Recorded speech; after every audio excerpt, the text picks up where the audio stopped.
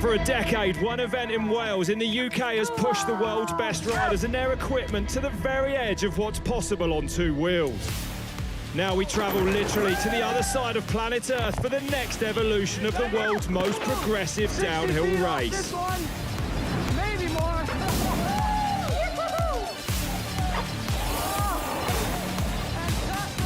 This, I promise you, will be something very special.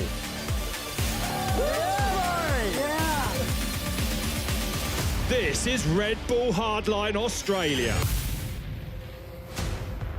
Hello, good afternoon and welcome to the island of Tasmania. We're just off the south coast of Australia and we're about to start 2024 with a bang. After a decade being only on the hallowed ground of North Wales, Red Bull Hardline has a new venue. I'm Rob Warner, I'm a little bit excited about this afternoon, as is this man next to me, Elliot Jackson.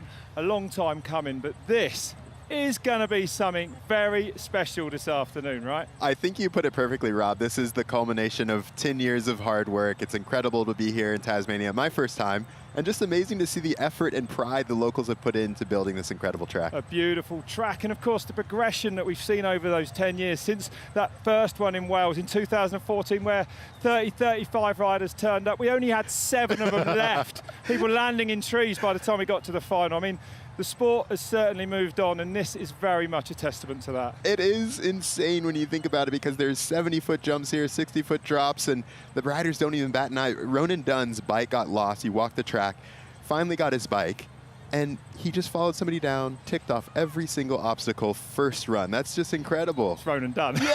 Yeah, which one is it? Well, anyway, this event was one man's vision that became this incredible reality, and he's with Brianna McShane. Thanks, Rob. I am here with the brains behind Red Bull Hardline, Dan Atherton. Dan, you started this back in 2014. Where did the concept come from? You know, Red Bull came to us and said, if you can do anything, any event, what would it be? And, you know, we sat down and we back in two, and, you know, we came up with this idea of just having a raw downhill race and, you know, one of the hardest courses in the world, you know, really challenge the riders top to bottom. 10 years later, and we're here on the other side of the world in Tasmania. What's it like to see this come to life here in Tassie? I think from day one, Red Bull Hardline has been all about progression, you know. From the riders progressing themselves to the course builders pushing the limits of what's possible. So, you know, this course here in Tasmania it's long, it uses natural features, you know, huge man-made features as well. So, you know, the riders are loving it, but at the same time, they're all really, really nervous. You mentioned all the big features, and that is what we love about Red Bull Hardline, but how tough are those technical in-between features going to be for the riders? Yeah, this course here in Tasmania is, you know, it's a real downhill riders course. You know, you can see the World Cup guys, they're kind of thriving, and yes, there's huge features, but the features are relatively easy, and it's the bits between the rocks, the roots, that's where the time's going to be made. Thanks, Dan, and the riders are loving this course. Rob? Everyone is loving this course. Of course, I am laughing because Dan said well, the features are quite easy. Yeah, I mean, sure. Yeah, of course they are, Dan, absolutely. But, you know, 3.5 months ago, the build team here got the green light to go, and what they have created, what they've carved behind us is amazing, isn't it? Well, I think it's one of the things that's really special about this is you have these world-class riders, Darcy Coots, who was supposed to be starting but had a big collarbone break, Baxter Maiwald, and they've moved so much dirt, and because they had this crew, Darcy running it, they kind of section it up. So you have these almost 3 different tracks. Top is really steep, really sandy, middle gets really long, and then the bottom, it just opens up into this incredibly fast. Riders saying they've never hit a jump that fast. You're just tucking, waiting to go off of these cannon-sized jumps. It's incredible. Wasn't it? It's just been amazing to be stood up there and watching them unlock this course. The speed into those last features is like nothing I've ever seen. Yeah. And of course, there's 2 riders that are going to be pushing definitely for the win today. Let's take a lap with them now. Yeah. What's up, everyone? We're here at Red Bull Hardline Tasmania, and we're about to drop in for your GoPro course preview of the track. 3, 2, 1, let's go.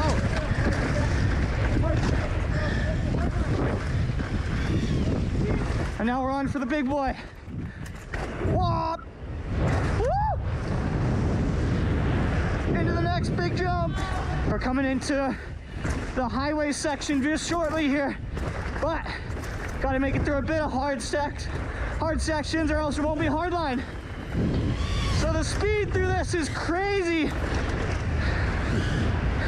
It's called Baxter's Highway. I don't know if you can hear me because of the wind, but we're flying.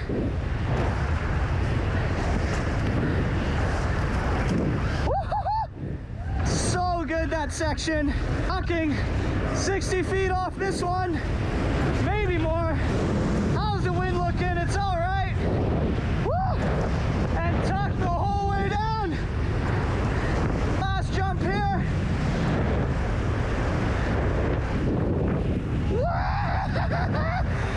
Yeah, boy! Yeah. Come on! There we are. There's your GoPro course preview, ladies and gentlemen. Oh my goodness. Woo! Got the wind perfect there. That was amazing. Well, you can hear just how enthralled they are in their voices, and you know, quite rightly so. It starts, like you say, pretty technical. They get to that first big drop, and then it just opens up and gets faster and faster. I've been riding a long time. I've raced a long time. I've been on this side of the tape for a pretty long time, and I've never heard such unanimous approval for a track like that. The way that they're yelling and yipping all the way down, I wouldn't be surprised if they sound the same like on their race run. Absolutely, of course. Well, let's have a look then who's taking part today. We've got some women on the start list as well. Actually, Gracey Hemstreet and Louise Ferguson have done the entire track top to bottom, making some real history. It was Gracey who did it first, the first two women ever to complete a Red Bull Hardline track. Matt Jones, the mountain bike brand, the YouTuber, one of the greatest slopestyle riders. He's been here all week, having an amazing time. Baxter Maiwald there, part of the build crew, all the way from South Africa. Theo Erlangsen, Dan Booker, keep an eye on him this afternoon, the man from just down the road in Hobart. He's the dark horse. Kaos Seagrave, Brook Macdonald on a new bike. Laurie Greenland back to full strength. Ronan Dunne, and then we go to the last three. Jackson Goldstone, George Brannigan, and fastest qualifier, of course, Bernard Kerr. Who else? Who else? Yeah. And yesterday we had qualifying, but the weather, I mean, I don't know how much we can read into it really, Elliot, because the weather was incredibly changeable. Today it's gone back to being unbearably hot. Yesterday though, it was unbearably cold, high winds, a lot of rain. It was difficult, right? Yeah, I mean, it's changing all the time. Like here we are, we got in here and it was overcast and things like that, and next minute, like as you can see here, it's dusty, and then it rains. It's super, super slick. You can see all the kind of slime on the rocks, and that was what the riders were really struggling with. See Matt Jones kind of hit his front tire, slide out, and then this kind of layer of slime is what the riders are dealing with. They said this morning it was almost unrideable at the top. You know, Jim Monro doing a full 360 on some of it. So I think that is what we're going to be looking for. Watch this bumblebee on you. Oh my. But Australia. The sun is out. Yeah, you can't trust any of the insects around here. But, you know, the sun is out now, and it is wet up at the very top. The rest of the track's good, but this is meaning that it's going to dry. Those last three, those last five riders, they are going to be the fast today. This should build absolutely perfect. Yep. And let's have a look then at those top three from qualifying yesterday. And in third place, Jackson Goldstone, perhaps a little bit surprised to be back down the order. What do you think? Well, I think at one point I kind of was like, what is he kind of doing? Is he sussing it up? I think with Jackson, he always is so smooth and so deliberate, you can't really tell. George Brannigan, a man who can. Great to see him putting the run together that we know he's capable of, Elliot. Oh man, you see him riding Queenstown. He has this incredible corner speed, really, really good at jumping, kind of one of the OG downhill riders that you would think would excel on a track like this. But fastest qualifier, again, Bernard Kerr going for his fourth Red Bull Hardline win here today. Whoa. It's going to be a tall order, but he is going to be gutting for it. There's a couple of gaps that he's doing that nobody else is doing, classic Bernard style. I'll point him out to you. He wants to win this more than anyone else. He does. All smiles, all fun. It's all business behind the goggles. Here he is with Bree. Thanks, Rob. I'm here with the king of Red Bull Hardline, Bernard Kerr. Bernard, you have won this event 3 times before. What's it like to be here for the first edition in Tassie? Oh, it's awesome. Honestly, it's unreal. It's so different to Wales, but it really is a true hardline. It's super high speed. It's so treacherous today with the rain we had yesterday. Huge jumps. It's honestly an honour to be racing my bike in Tasmania. We were all joking about it on the uplift. It's pretty crazy to be over here doing this. You were the fastest qualifier, but you did look surprised when you found out. What was your reaction when you found out you went fastest? I was honestly stoked. I thought I rode a bit smooth. I had a really, really tidy run yesterday because I got a bit sketchy at the top. It was wet and we hadn't practiced too much in that. So, yeah, it was a really nice run. I didn't think the intensity was quite there, but yeah, stoked. Just got to do the same again today. You missed out on the 4P in 2022. It was cancelled last year. Is this a chance for you to get a bit of redemption? Oh, I hope so. It's been a long time. Last year I was devastated when it got cancelled. I was really upset actually, and I've still not watched 2022 back yet because it hurt too much. So I've never watched that back. So yeah, we're going to try and make it happen today. Thanks, Bernard. Best of luck. Thank you very much. And of course, interesting to him throw back to last year in Wales. He was the fastest qualifier. He is going to want redemption today, right? Yeah, I mean, he laughs, like you said, he smiles, but he put so much pressure on himself. I was there in 2022, like after the race, and he was devastated. Yeah, he was. It was purely devastation, and so this race means a lot. This is his chance to finally get that 4th hardline win. That's right, he's all in on it. And of course, the equipment has had to try and keep up with the evolution and progression of these courses. Here's Bernard and his race bike for today. I prefer this every day of the week. It's so fun to ride, dude. You've got these massive cliff drops into like sick jumps that you can steez in practice, and it's gnarly up there. It has everything. You want a balanced bike, especially on stuff like this when you're going so fast and such big hits. So we've balanced the front fork with the shock, so we've gone up 4 PSI from 90 to 94, and again we've slowed both of the rebounds down 1 click just to hopefully keep it settled in the travel. When you land, you don't want to rebound off the dirt. There's a shark fin near the bottom, and it's kind of scary every time you come in. You could roll your front tire, so I might even go up 1 more PSI come race day. And you know the details. Yeah. 1 PSI. Yeah. I remember racing. You know those margins. They mattered. You will feel 1 PSI. Yeah. Well, I'm really glad that he actually put some numbers to it, because when riders say they're testing or tweaking their bike, that's what they're tweaking. You can imagine how many tweaks you could actually do if 1 PSI or 1 click of rebound makes that big of a difference. Absolutely. And of course, Bernard is chasing history, his 4th hardline win. One young woman who made history was Gracey Hemstreet, the first ever woman to complete a top to bottom of a Red Bull Hardline track. Here she is with Bree. Thanks, Rob. I'm here with the first woman to complete a full run top to bottom. Gracey, what was it like to tick off all of the features? It was awesome. Probably the best feeling on a bike ever. Yeah, I was stoked. Your first Red Bull Hardline. What are your expectations for the race?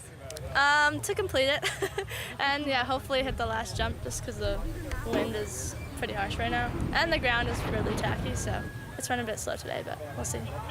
You grew up in a bike park in Canada and you look so comfortable on those big jumps. What's the most challenging aspect of this course for you? Probably like the technical rock drops, and yeah, I don't know. It's fun. Yeah. Thanks, Gracey. Good luck. Yeah, thank you.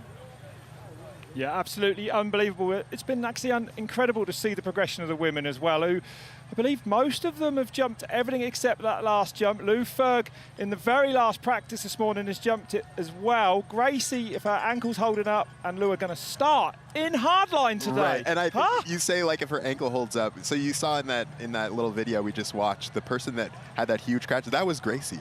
Like it shows you like she's just in good spirits. That was this morning. Shows you how tough these downhill athletes are, and I can't wait to see them do these jumps, put down the first hardline runs. It's going to be incredible. And here's a question for you. Going back to 2022, the last time it ran, Bernard crashed in the first 20-30 seconds of the track. Jackson won. Jackson's winning time was 3 seconds quicker than Bernard, who was the fastest qualifier, his time again. Bernard afterwards very publicly announced to everyone that he had that 3 seconds, that if he'd got down, he would have won. What's going to happen today? This is like a mouth-watering prospect. Rob, you just laid out this perfect, dramatic series of events that we're about to see. I cannot wait to see what's going to happen, and it's going to be an amazing show for all of us. It comes to this point right here, right now. Red Bull Hardline Australia is upon us. Stay with us. It's coming up right after this break.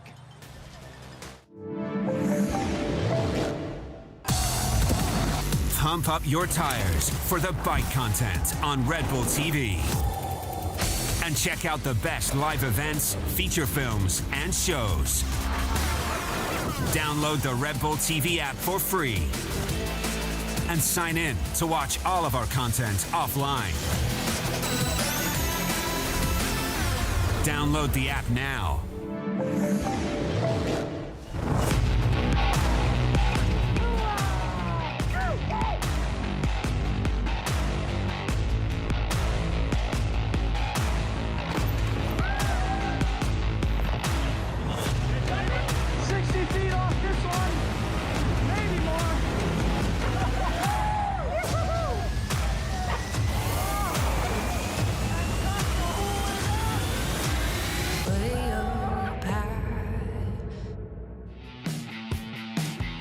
Hello, good afternoon and welcome to Australia. We're here for the first ever Red Bull Hardline Tasmania. We're on the island just south of Australia.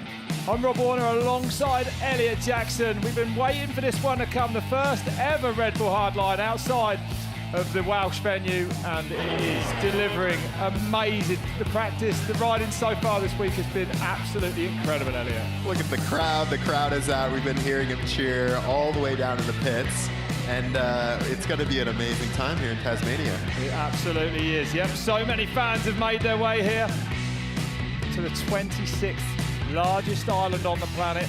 And look at the start list. Gracey Hemstreet will be the first woman to drop. Louise Ferguson right after her. The two women that have completed this course top to bottom. Louise actually just managing it right before we went with the live with the racing here. Boggs all the way from Red Bull Rampage, had a top 3 finish there. Vincent Tupin, one of the biggest free riders on the planet. Dan Booker, watch out for him this afternoon, a man from Hobart. Some big results here in the past at the EWS. Is Brook Macdonald out on a new bike. Laurie Greenland looking back to his old self. Ronan Dunne, the man on everybody's lips. Some more French riders, of course, before we go to Jackson Goldstone, George Brannigan, and then fastest qualifier, Bernard Kerr, who will be the last to drop. And it has been an incredible week actually seeing these women tackle the courses here. Johny Salido is in the commentary box with us, Tani. And I know you're absolutely gutted, right, to have done every feature, to ticked it, to unlock the whole course, except that last jump this morning. Yeah, Rob, I'm gutted. You know, it's pretty hectic up there, and it took so much to tick everything off. So to have just one feature left and not be able to drop in is a bit bittersweet. But you know, watching Gracey drop in and Louise as well, I think it kind of evens it out. Okay. Yeah, it's going to be good this.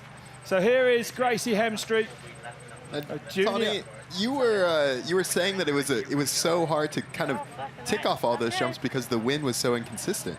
Yeah, it's been like the first day was insane. We'd had such good weather, and I think we didn't really realise, or we got a bit carried away with the nice weather and forgot that actually, you know, that could change everything for us. So, and everything did change yesterday and put it into a little bit of a bottleneck this morning. High pressure. Gracey, though, was the first woman to complete the entire track. The former overall World Cup winner in 2022 of the junior category. I believe won 5 of the 8 races there. But no surprising, right? She lives in a bike park, Coast Gravity Park. She's used to riding big jumps, I imagine, but unbelievable to see this young woman, what she's doing here. Yeah, we were super hyped to get Gracey involved because she was originally going to be a wild card and then replaced Casey Brown, who's also a free rider, but we thought she's got everything, all the skills that you need to tackle a course like this, and she's proved herself all week. It's been amazing to watch, and she's actually towed me into a lot of stuff this week, so I feel like, you know, I've got the older brain and she's got like the younger one, and she just fully goes for it with no fear. So it's been really nice to balance out. And actually, watching now, this is so much drier than it was this morning. I have to say that this morning for the riders, it was so wet and so difficult. Someone actually used the word unrideable, the top section, to me. They said it was so slippery. And I mean, watching this course now, as you say, it's dry, and it's going to dry more and more as we go to the fastest qualifiers. So this race should shape up nicely as the afternoon unfolds. And Tony, where is the time made up on a track like this? We heard Dan talking about these sections in between. Is there bits of crux, or is it everywhere? Where do you kind of focus on? Off the 10-metre drop. Yeah, that's incredible. Yeah. And this one, that's the one she crashed on, so that's really nice to see her grease 17 metres across that. Yeah.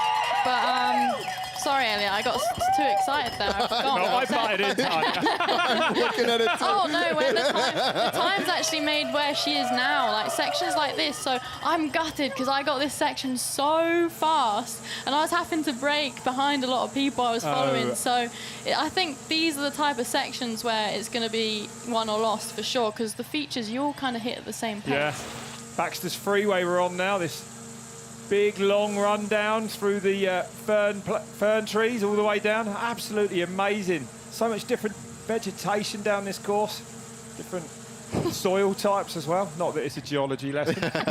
I know you have stats. No, but that's true, because it's really wet going through there, and then you come out and it's all of a sudden, well, it's not wet anymore, but this morning it was really greasy. Was it even this section was? Yeah, and she's about to pop out and it is just a dust bowl. You'll see her come through here now and we couldn't believe it. It just changes so quick. And this off camber, one of the trickier parts of the course, Tani, is it?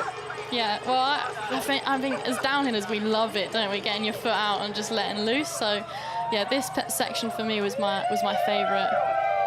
I love seeing Gracey ride. She just has that style on the bike that she kind of knees in, really deliberate about all of her lines, never really gets too out of shape. Definitely. We were saying that, you know, it's such hard work up there, that she said she was just going to cruise everything, and you know the features are so big and so intimidating. You want to be really ready for them. Oh, look at that! Straight out of that turn.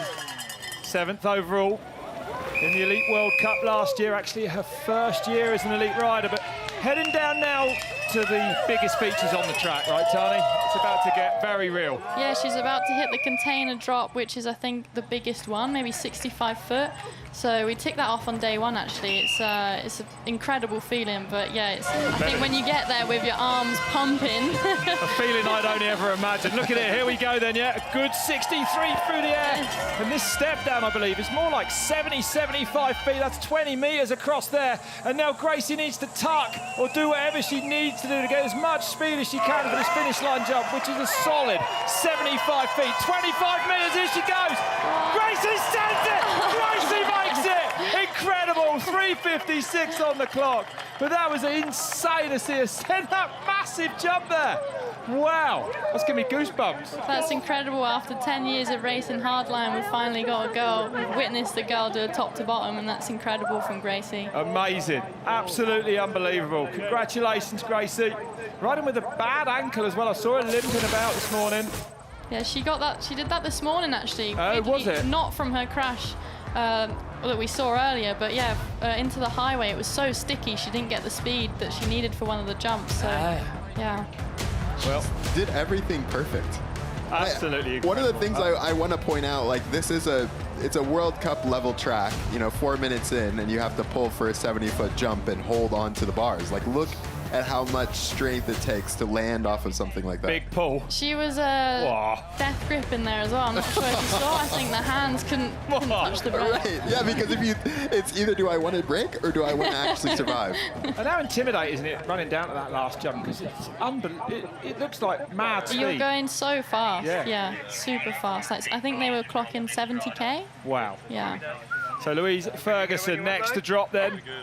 Lives in Queenstown from Fort William, and she ticked this last jump off within the last hour, actually, right? Yeah, like I said, we've been battling with like weather windows, and we just didn't realise it was going to be so rushed. So this morning we were trying really hard to tick everything off, and I think it was a bit of, you know, roll of the dice, to be honest, and I'm not comfortable with something like that, but I think she got a good window and she went for it, so here she is. And here she is on track then, Louise Ferguson. All the way from Fort William in Scotland, as I said. Spends most of the time down here in the Southern Hemisphere. Had an amazing World Cup season last year. Took a 4th at the World Championships in Fort Williams. Oh, heavy off there. And it's so steep, the landing off there. It doesn't really show it there. No, and you've got to be really heavy on the brakes for the next section. That's what people don't, I think, from the outside can't see. There's a lot of technical braking.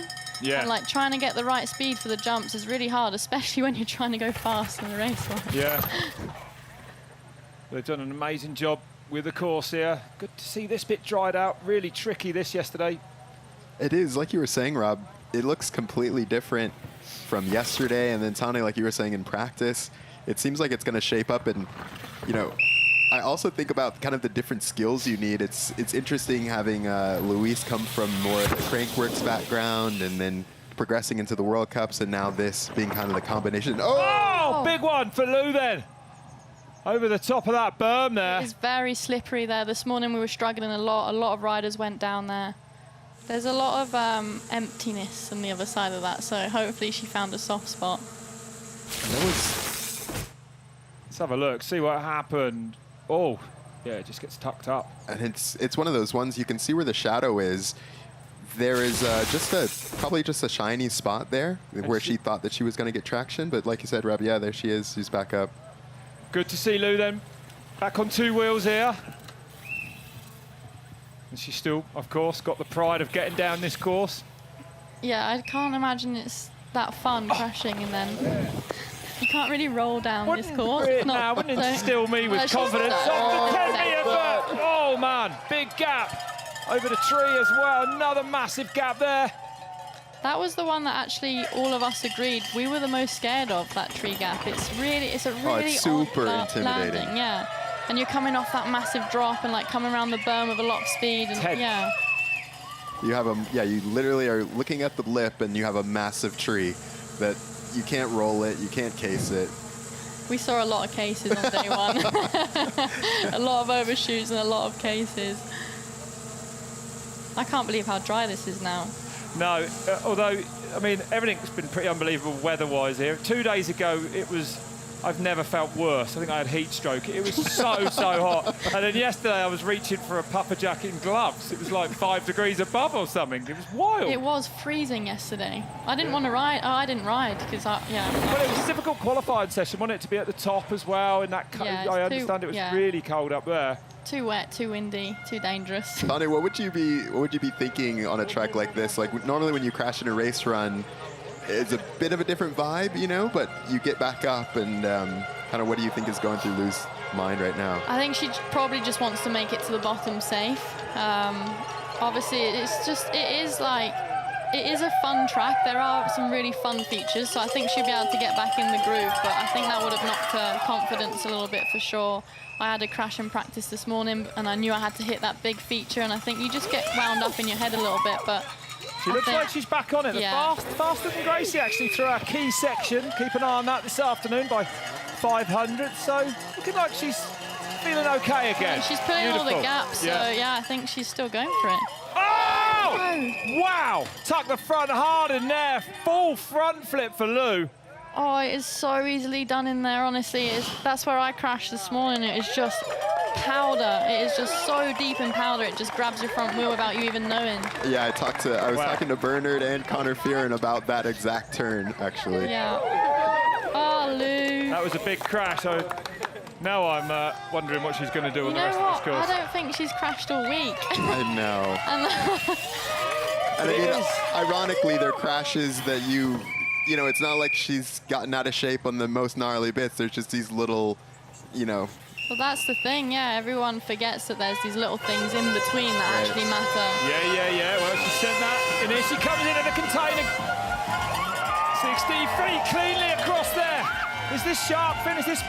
This is one of the most difficult jumps. Wait, Lou's insane. Wait, she's had 2 crashes. Here she comes, she's going to send it for the crowd for sure. She's tucking it. Lou Ferguson has licked the stamp. She's going to send it. She pulls up. She's over. Thank goodness for that. Lou Ferguson completes a full run of Red Bull Hardline. Wow. They can be so proud of themselves. That was hard in the mouth stuff. They certainly can. How does that make you feel, Tani, to see those 2 women come down? I know you probably mixed emotions, right? I am a bit gutted, obviously, but like Rob, we've wanted to see women do this for years, and it's taken me a lot to kind of get us to where we are. Yeah. And like but it's been fun. It's been a fun process, and getting together a group of girls that all feed off of each other and have different strengths, and you know, we've all towed each other into different features, and oh my God, look at that. Wow! That's a proper OTB. She's like a cat. But yeah, we just all fed off each other and really helped each other. So I think, especially at this round, we really surprised ourselves on how much we actually got done. Well, I think to me, like having 2 crashes like that and still being able to do everything shows how easily you guys can do these jumps, that the jumps are not the thing. Yeah. So it's really impressive to see where you guys have pushed the sport to. Okay, well, we've got Lou down there with Bree. Over to you, Bree. Please, congratulations. You've just done top to bottom Red Bull Hardline. How was that for you? It feels incredible to be at the bottom. Is it not working? Oh, it is working. Yeah, it was really good. It was a bit spicy, to be honest. I came out, had a couple of crashes, but really happy to get to the bottom. So, yeah, really stoked for Gracey, stoked for us. We saw you make those crashes. What went through your mind when you picked yourself back up again? Yeah, just questioning a couple things, but the crowd at the side of the track was really nice, and they're asking me if I was going to keep going. So, yeah, just got back on my bike, and yeah, it just meant so much to get to the bottom and go through the finish line. So I'm glad I didn't give up, and yeah, just stoked to get it all done. Well done. We'll let you catch your breath. Thank you. Well done indeed. Phenomenal scenes then at Red Bull Hardline. Two women not only completing the course, completing the race runs here, and as Tani said, you know, the sport is just progressing at such a rate. And it's Gracey Hemstreet who leads now then with that 3:56.5 as we go to the top for Dennis Luffman. A 4:35 in qualifying. I think it's fair to say he was quite frustrated during his race run, quali run yesterday. Yeah, he had massive mares, like not just one, not just two. I think he had a few. I think in the end, his goggles with the humidity had steamed up so hard he couldn't actually see where he was going. Quite angry, I think. Yeah, he was. From Bristol in the UK then. Been racing for well over a decade, coming up through the ranks, a Junior World Cup racer. Keeping it casual today in denim. Don't often see that. Yeah, we used to have a couple of denim. We got the Denim Destroyer back in the day. We could call him Denim Din. The Dennis Destroyer. The Dennis Destroyer. Dennis is such a funny lad, though. He always has a good story to tell. And yesterday, him explaining his run was just so funny. It was just, like I said, mare after mare. But he seems to be doing all right now. Turned up on his own Canyon Sender. Someone had a look at it and said that is unfit for purpose. I think the lack of maintenance we're talking about. So Dan Atherton stepped in and lent him his bike. Yeah. Well, he was a factory rider on your team. I was like, yeah, well, that's the bike from when he was on our team. Oh, race gotcha. team. So, yeah, that's like a good few years old. It's had a bit of work. And that's like Dennis Luffman riding that. I wouldn't trust that frame anymore. No. And of course, he's been over in Queenstown. He's living there for the winter with Jim Monro. He'll be coming up later. Living the life, threading it through the trees. That drop there, 13 up at this split. It doesn't look much from this angle, but when I walked the track, it was one of the most horrendous things I'd ever seen with that big curbstone on the landing. It was like one of the last things I ticked off. Was it really? It's really scary. Oh, it's quite completely slippery. blind, yeah, too. Really blind. There's just something right in the way. All of these gaps are blind, by the way. Like, you cannot see the landing on any of them. By the time you get to the end, you're committed. You can't turn back. Literally. Here is that Baxter's Highway that we saw. It's really that first right-hand turn is where all this time is made up. I was just about to say that right-hand turn is what decides whether you're going to make that road gap into the highway or not. Right. So, yeah. And there's no pedaling on this, so once you're in really hard to really pick up speed, is it? You have to pump, get these jumps as good as you can. I don't think there is actually any pedaling now that I think about it. On the whole track? Yeah. Well, I didn't. Remy Morton hopes so, because he's starting with no chain, I'll tell you, in a few riders' time as well. So there hadn't better be, but someone said you need a couple off the big drop sometimes. A couple in at the top. Maybe. Hey, Tani, you're the expert here. Don't let me put words in your mouth. It was Is that key section. This is kind of the most downhill-y section. A couple little pops you can do. Dennis cruising through it. See where he stands up. 12.5 then through the key section. That's interesting to see him not do that lily pad. Yeah, it seemed like to me the landing was a little bit kind of flat, and you could almost lose some speed on the landing if you didn't have enough.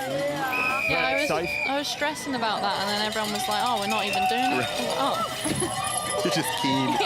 It's like faster on the left. Look how quick it is down here. It's unreal watching them whistle through these turns.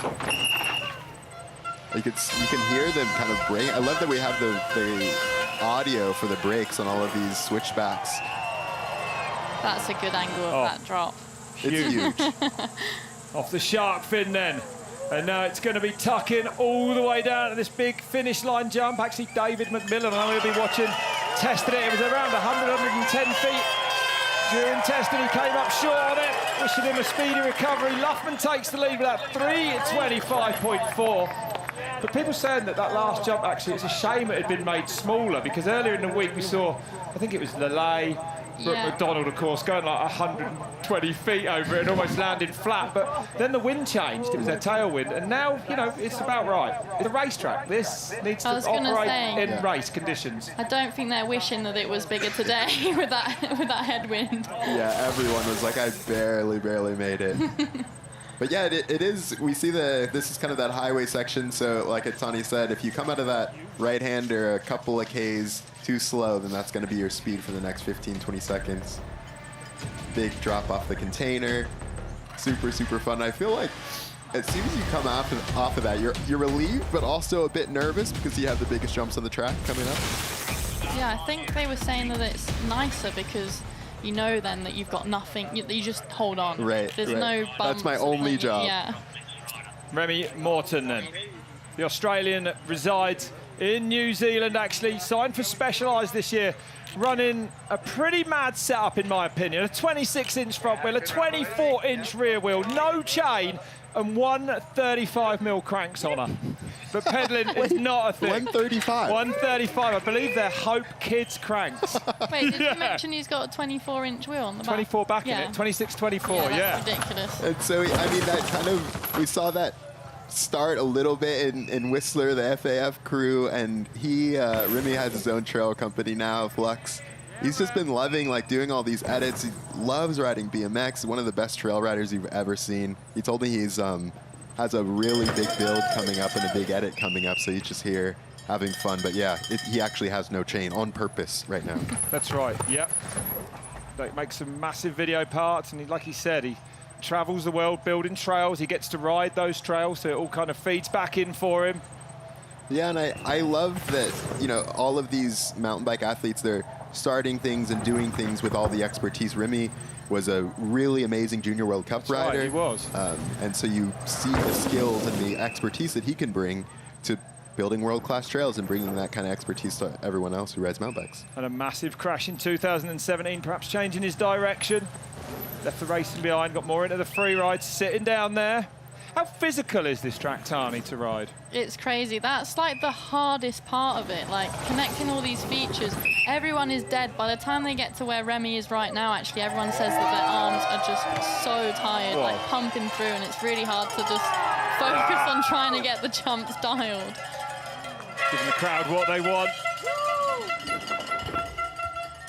But look how small that rear wheel is. It looks like a child's bike. Yeah, I think the free riders were most scared about doing a full run. That's what they were most nervous about, was linking everything together. Well, speaking of Reed Boggs, he said, I cannot remember this track. Rampage is like, what, I don't know, 30 seconds or a minute. This is like 4 minutes, 3.5 minutes. He was like, it's impossible to remember. I can't remember any of it. I think it definitely does favour racers, because, we like to learn the track. Like, within 3 runs, I think everyone kind of knew where they were going. It's just so natural for us to kind of pick it apart. Absolutely, yeah, and it is, of course, very much a race Red Bull Hardline. Great to have some free riders here, though, and what they bring to the table. Some rumours going on about Reed Boggs backflipping some stuff. That's the rumour, yeah, I wouldn't be surprised. Let's see. Oh, I'm excited. I don't know what one, though. Huh? I don't know. Like, which one? That's why I couldn't work out either. Onto the camera, then, for Remy Morton. This bit is just so incredible. Is there a catch berm there on the left as we look at it, and then you flip back up? As you come into the off-camera, I think we'll see a couple of different lines. I saw Brook take an inside there yesterday. This is kind of where we see most of the line choice. Once we get down to the bottom, you can either kind of dive into these outsides. You have to take a lot of speed into them because you're going longer distance, a little bit slower. You can kind of slow up and take these insides like Remy just did. I wonder if the difference in time here shows just how much like a current downhill bike is faster than, that sort of setup. Yeah, that's right. Well, Go on. No, well, I was just going to say it's crazy. When I look back on even like the 26-inch days, it feels wild. Oh, yeah. I mean, you were riding a 26-inch. I definitely looked a little bit big for the bikes I was on back then. They were like BMXs. They were so small. Remy Morton then coming down and finish his Red Bull Hardline Tasmania run off the last sharp fin. So much pace down here. He didn't pull for that. I looked at the windsock there and it looked like he got a pretty decent, there was like nothing blowing. Perfect. I'm not sure if they've decided to look at it before they jump or everyone's just gone, you know what, I'm just going to send it for the crowd. Whoa. There he is then, Remy Morton down safely, goes into second place. Dennis Luffman leading with that 325.4. Yeah, really smooth run here from Remy. Just, I love watching him do every single jump, slapping the turn, that little back wheel, a little bit of steez. Oh yeah, 10 meters that drop vertically, right? 30 feet. You can feel it. There's a lot of people with sore necks at breakfast this morning. I can't believe like how much my neck and shoulders hurt just from the impact of all the landings. I didn't really want to say anything because I'm meant to be fit and healthy for this type of stuff. But when I mentioned it, everyone else was like, oh yeah, me too. I was like, oh, thank God for that. You don't really train for neck strength, do you, when you're racing World Cup downhill, You right? kind of go nowadays, you know, with all the concussion stuff, Yeah. and obviously I went through mine recently, so yeah, but it didn't seem to help here, so. Look at that for a hot seat. Yeah, that's a cool hot seat, yeah. The entourage. So 24 riders to go here. If you just joined us, Red Bull Hardline Tasmania, the first edition. And now it's a Red Bull Rampage rider. Let's have some fun! There you go. Oh, that's awesome. What are we going to see here then? I'm a bit nervous for this one now. He's got it all under control, I get the feeling, this man. Well, man, being able to get a top 3 at Rampage and then come here and not only do these huge jumps, be able to, hopefully, I want to see some tricks, but ride these really technical sections is just awesome. Well, this drop here on track walk, he said he was scared of that one, and we were looking at it together, and I was like, well, this one doesn't scare me too much. Then we got to that really big one, the cliff drop that we call it, and he was just straight off it. Just didn't even think twice, yeah. He said the biggest one, apart from learning the track, which was challenging, he also said that the speed that he's hitting the jumps at is something completely new to him. And you were saying that, Tony, like the cliff drop was actually, as a racer, was kind of the hardest part because you're used to just hitting jumps as fast as you can. Yeah, those ones are really difficult for us because you're going kind of slow, it's kind of tech beforehand, and then you kind of have to just let yourself drop. We're not used to that in racing. We just go forward, not up, not down, forward. That's right, yeah, exactly. As fast as possible. So that's why the container drop, I think, for us seemed a little bit less scary, but it was funny seeing everyone's differences and what they were scared of and not. Oh. Getting a little bit of bother there. I think he said he forgot about it. There you go. There you go. Told you. Styles it on the big vert. Little tuck. Nice across there. We're running out of jumps for a backflip though, Rob. Maybe I've oversold. I think it was you that told me. Well, you could say we're running out, or that the biggest jumps are about to. He's about to get to the biggest jump. I'm going to say I don't think we're going to see a backflip. Well, I don't know. You're just hyping people up for no reason. Maybe I've overdone it. Maybe. But there's nothing under 60 feet left. 20 meters left, so I'm nervous. But this part of the track looks like just what a downhill bike's made for, really. So much fun, right? This is fun, but at speed, it's actually really scary. There's a few bits where you feel like you're going to go off track, and you're just going so fast. And there's actually one that has 3 rollers, and you've got to remember which one to double and which not. Reed might be in trouble. Yeah, I know. And it's no brakes through here. Yeah, Funny, all in this, absolutely no yeah. brakes. Just I mean, you can clear it going a bit slower, but that's what it is. Going at speed is really difficult through there. Yeah, it's what, over 50 Ks on a downhill bike, over jumps, next to ferns. Yeah, that's right. Pretty tight in there.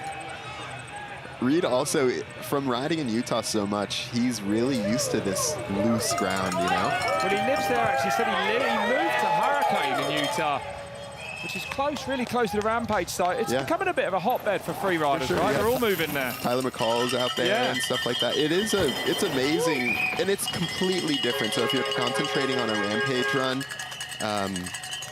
the riding out there is like nothing else. I've ridden out there, and it's terrifying, actually. I can imagine. It's very, very terrifying, yeah. Well, we're coming up to the big jumps now. Well, yeah, don't look at me. 6 Rampage starts for this man, as you said earlier. 3rd in 2021 for him. I don't want to. No, I'm on the edge of my seat. I'm like, is he, isn't he? Suicide. Yeah. Oh, he's hyped with that. The speed into there is not that fun. It's a bit scary, so I imagine that's a cool one for him to tick off. And just tucking, going too fast. Everyone really to pedal down here towards this last jump. Reed Boggs, big one under across it. Goes in a 4th place, just behind Gracey Hemstreet. And a man who has thoroughly enjoyed his week here. Mad respect to you downhill racers, holy shit! I love it. Nice one, Reed. We love to see it. That was sick.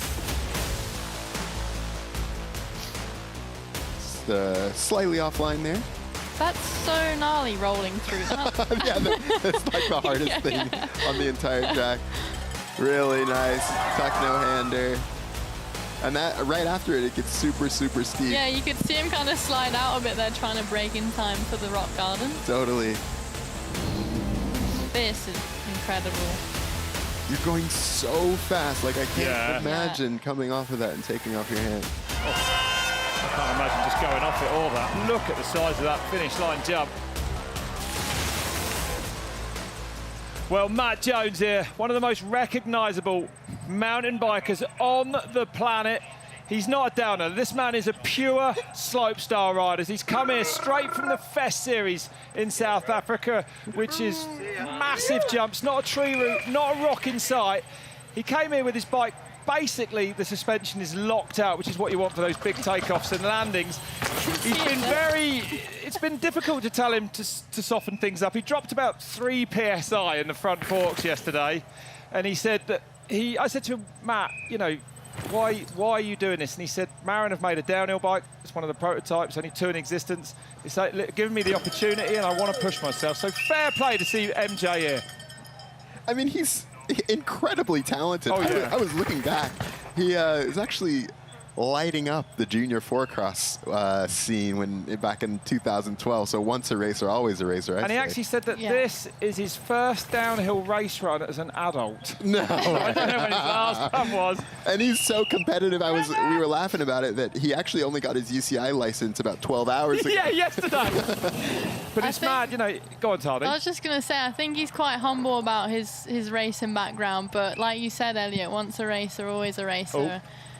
Taking the high lines. And again, you know, he's used to 30-second runs. He said that we may well see him pull over to rest his arm. He did say that he was going to try and find a spot to rest his arm. So far, I feel like he's had this super aggressive run, looking really, really good.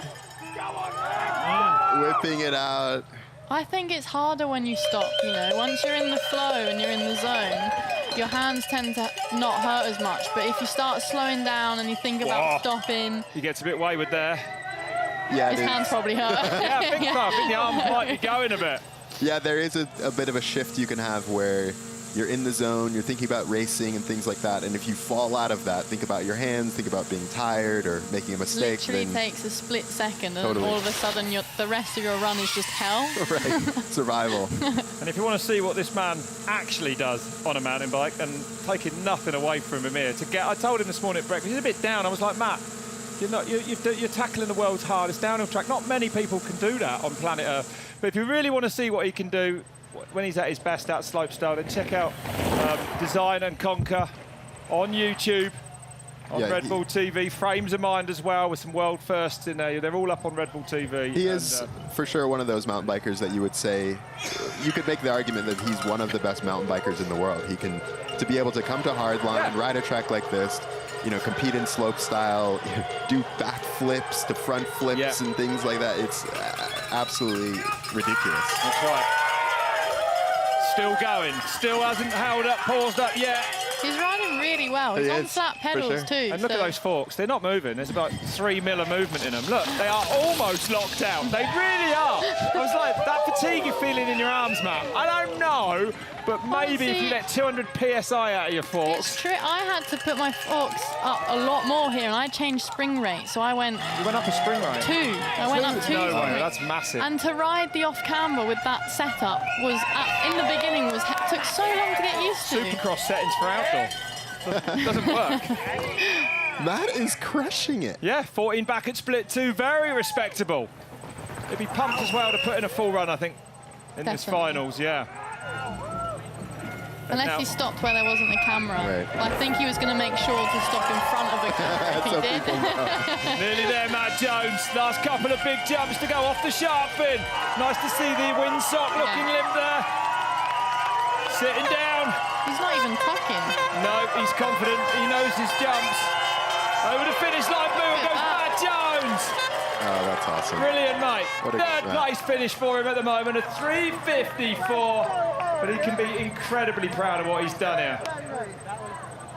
Dennis's time still holding up there. Yeah, by 20 seconds at the moment. Look at him. Look at him though. He's super composed. You would never know. Riding really, really good. Him and his brother Jono, just great bike riders. Absolutely, aren't they? Well, if you just joined us, it's Red Bull Hardline Tasmania. We're just off the south coast of Australia for the very first Red Bull Hardline outside of the incredible Welsh venue. Of course, we'll be revisiting that later in the year as we now set our eyes on Thomas Genon from Belgium, 30 years old now. Another man, another regular at Red Bull Rampage. Took 9th there last year and made a name for himself, turning up at Red Bull Joyride in Whistler back in 2012 as a completely unknown teenager and taking the win. And he loves this event. Yeah, he's another one of those riders that can do anything. Just started right. Oh, not the start he wanted. Hope he's okay. Banged his elbow, looks like. Tommy G's had a lot of shoulder surgeries, you know, so he seems to be... He doesn't want to be crashing onto them. I know. And that is probably the most slippery off-camber rocky section. That one's he did hit that tree. Yeah, I was thinking it looks a lot drier, but I think he just got caught out. Just a little bit, maybe just grabbed a little bit of front brake and offline. Oh, nasty off that drop, actually. A bigger crash than it looked when you look at it back. Whoa. Tommy G goes down hard. And he's back on the bike, competing again. We lost Edgar Briol yesterday. We were all looking forward to seeing him ride. Actually crashed out, took a concussion, so taking no chances today.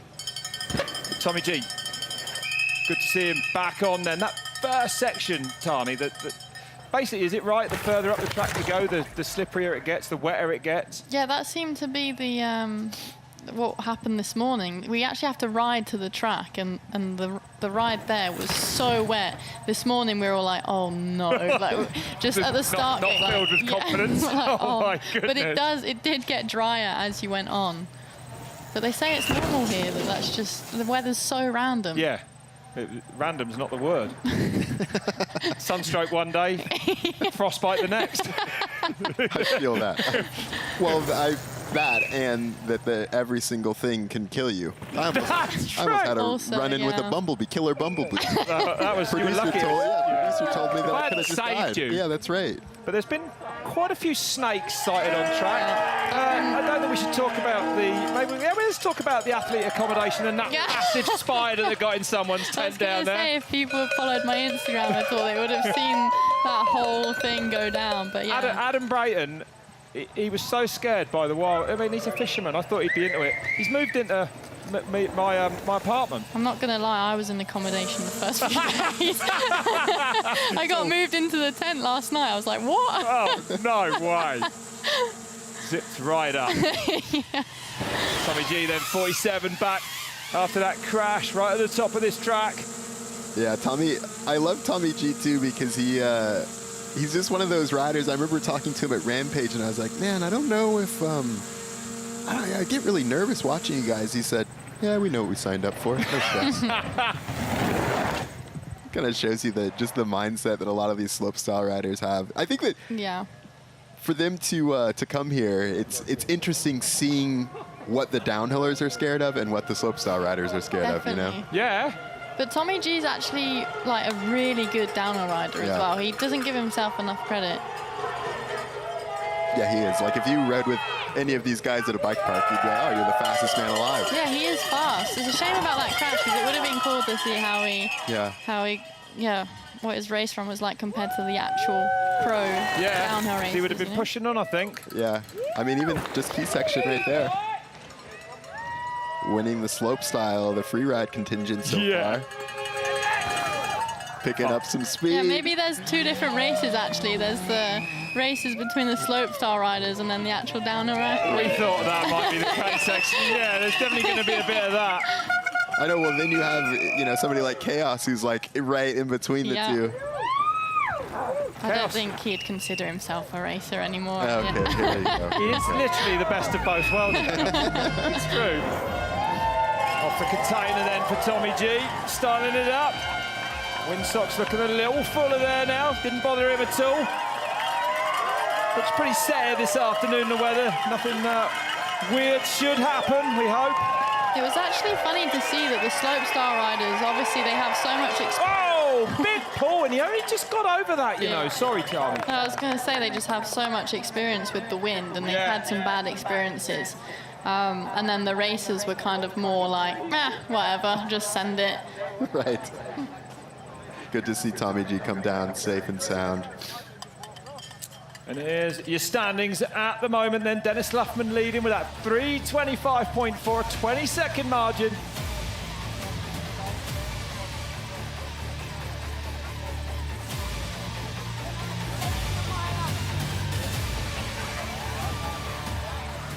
And the next rider in the gate from Mexico. And I've got to say it, every time he appears, I have to say, holy Toledo. It's Johny Salido on track. Here we go then. The man behind the free ride Fiesta at the 4th edition of that this year.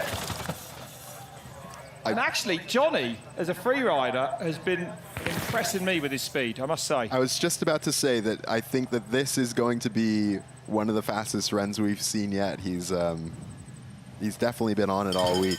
I haven't actually seen him. That's how fast he is. I haven't seen him all week. Just a blur. Yeah, he's got some of those skills. And it is, like you said, the Free Ride Fiesta, his own event down in Mexico. He's going to be at the street race, actually, in Guadalajara. Yeah, well pronounced, Elliot. Sure, and that's then, better than I'll ever say it. Okay. At round 2 of the Cerro Abajo Red Bull Series, of course, that kicks off. We're going straight to Santiago in Chile, actually, from here on Monday to get ready for that. Yeah, it's live next weekend. Getting that high line, that's kind of the line, and it was hard for riders to get it this morning, but one of the first riders we've been able to see get that off camber. It's not far back. 3.6 off Luffman then. No, you're right. And he's racing it. He is. Well, just as I say that, anyway, didn't cost him any time whatsoever. That's mental time gains right there. Yeah. Look at him, yeah, he's really pushing. Yeah, he's flying. I like that line in between the rocks there, letting it hang out, having fun. 3 Welsh hard lines under his belt. And qualified through at Rampage, actually. Remember from the Proving Grounds Tour a few years ago. The wild card entry into that. Nearly 5 back at split 2, so losing around 1.2 seconds to Luffman. You know what? I think you were right earlier. I think if you screw up that berm before coming into here, I think it will make a big difference through is that Baxter's Highway? Yeah, it will make a big difference through there, I reckon. And so coming through here would be be interesting to see what time he does. Bernard described that turn to me as the most important turn on the track. Oh, there we go. Because, you know, there's no pedaling after it. You've got to carry that speed all the way through this section until you get into our key section here. 4.8 back at split 2 for Salido. Yeah, and you have an off camber, you can go high. There's a really small catch berm, a couple of ruts, and then another catch berm. You can either go inside here, like Johny just did. But to our point, doing that kind of ruins your exit speed, so that's your trade-off. There's a big gap there. We might see it come into play later on, actually. No one doing it yet. Massive pull out of that turn. Conditions will almost need to be absolutely perfect to do it. I think they might just have realised that it's faster on the left. Yeah, just to ride it, you think so? Maybe. Pump through it. Whistling down through these powdery berms. Yeah, Johny really cutting off a lot of distance on all that stuff, so I think this bottom section is going to be not too bad for him. Well, he should love these big jumps, more his bread and butter. Yes, he's lost quite a bit of time there in that section. Yeah. That's right, yeah. 10 back, look at that. And the windsock, definitely a headwind now, looking at it. For these riders, they come down this last 75-foot, 25-metre jump. Salido getting a couple of pedals in there, big pull and only just over it. Oh my goodness. That just goes to show the wind is just so nasty. The wind, the headwind is serious. Well, safely over it for Salido. That view that we have there is so perfect. Wow. Coming off the big. It's going to be a tense afternoon. I know. I've never been so tense. Even just looking at this, because you can see how much they bottom out there, even when you sweet spot it perfectly.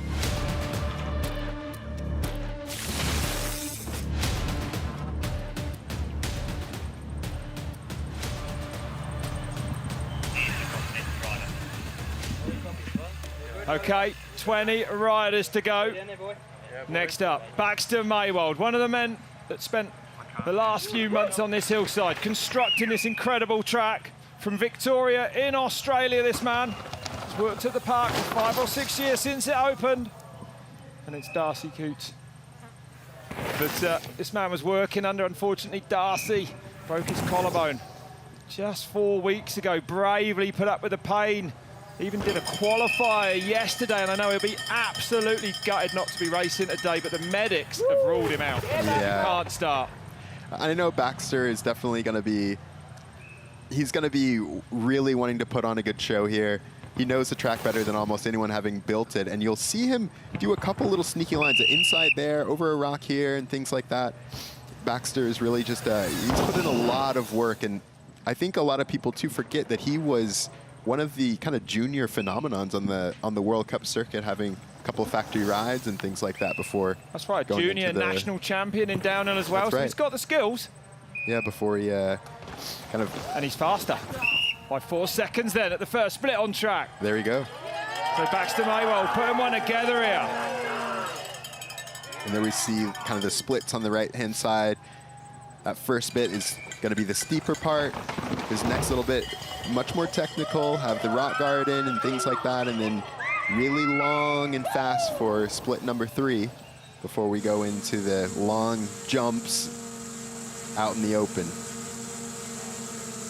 And the drone pilot's doing an amazing job of threading through the rainforest here. So 4.6 up at split number 2 then, extended.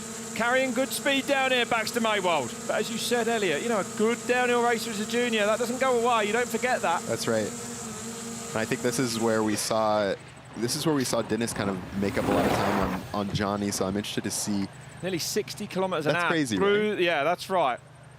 That trail is probably about maybe 5 meters wide, if that. Exactly. 60 Ks. And you're linking jumps, you're linking turns. Let's see what he does through this technical bit. There's a couple little hops you can do. Plumes of dust as he turns in. Through the key section, Luffman the quickest so far with that 12.5. What's Baxter Maiwald done? Really nice. And he is faster by 0.15 then, so taking a bit more time.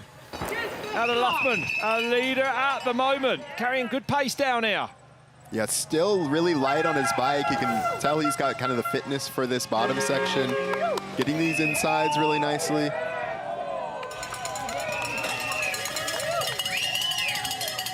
Staying away from those big dusty berms that will take you out if you go too deep into them.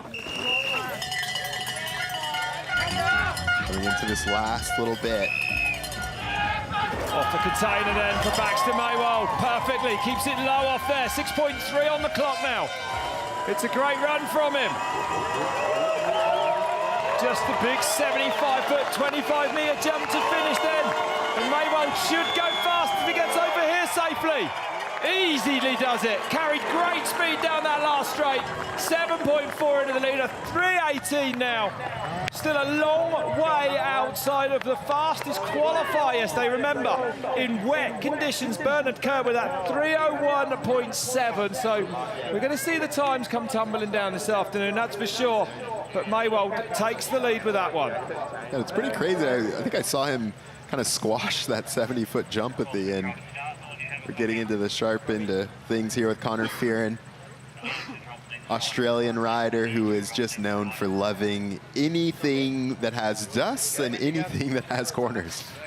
Perfect track for him then. Yeah. Absolutely, yep. On that forbidden bike. Brook Macdonald, who'll be coming up later as well, joining him on that team this year.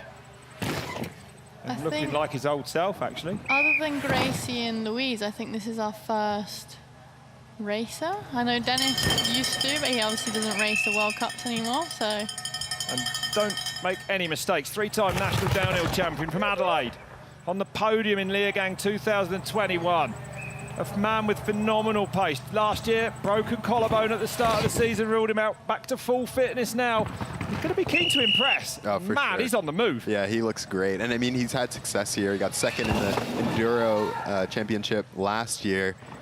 Took team of the day for the Forbidden Bike team. They were loving it. So he's had some good times here in the past.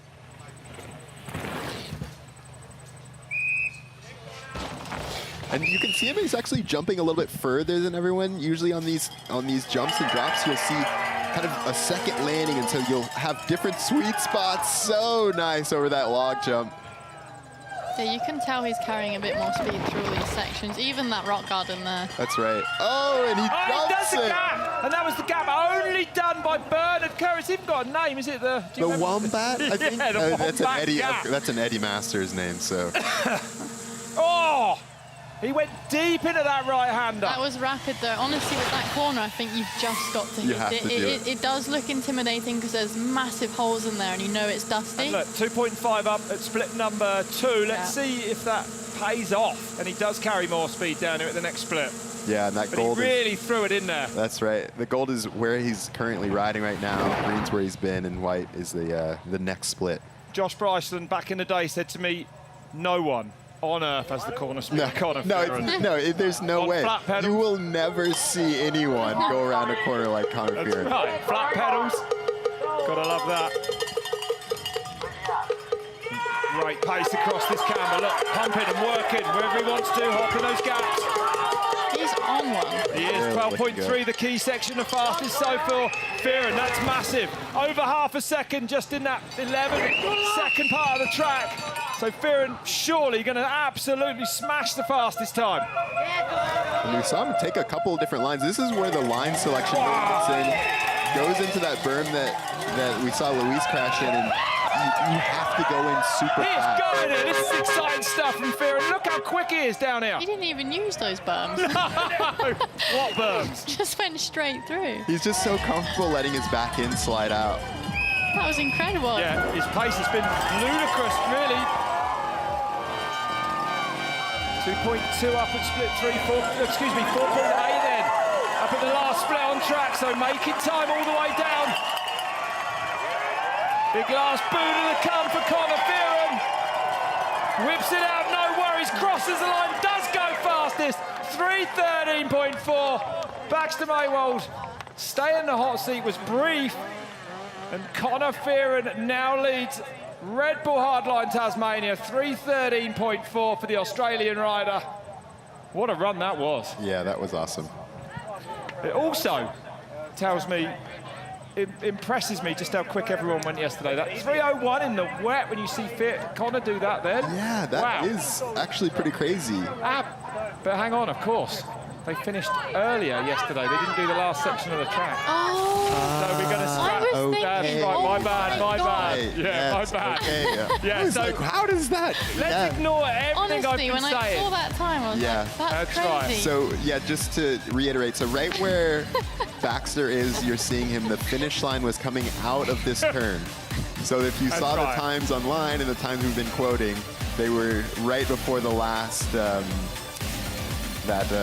shark fin coming out. So basically, anything you've heard me say about comparisons to yesterday's qualifying time, completely ignore, apologies, but it was definitely Bernard Kerr that was fastest ahead of George Brannigan. Jackson Goldstone was third, Vige fourth, Darcy Coots there, rounding out the top 5, but he won't be starting today, unfortunately.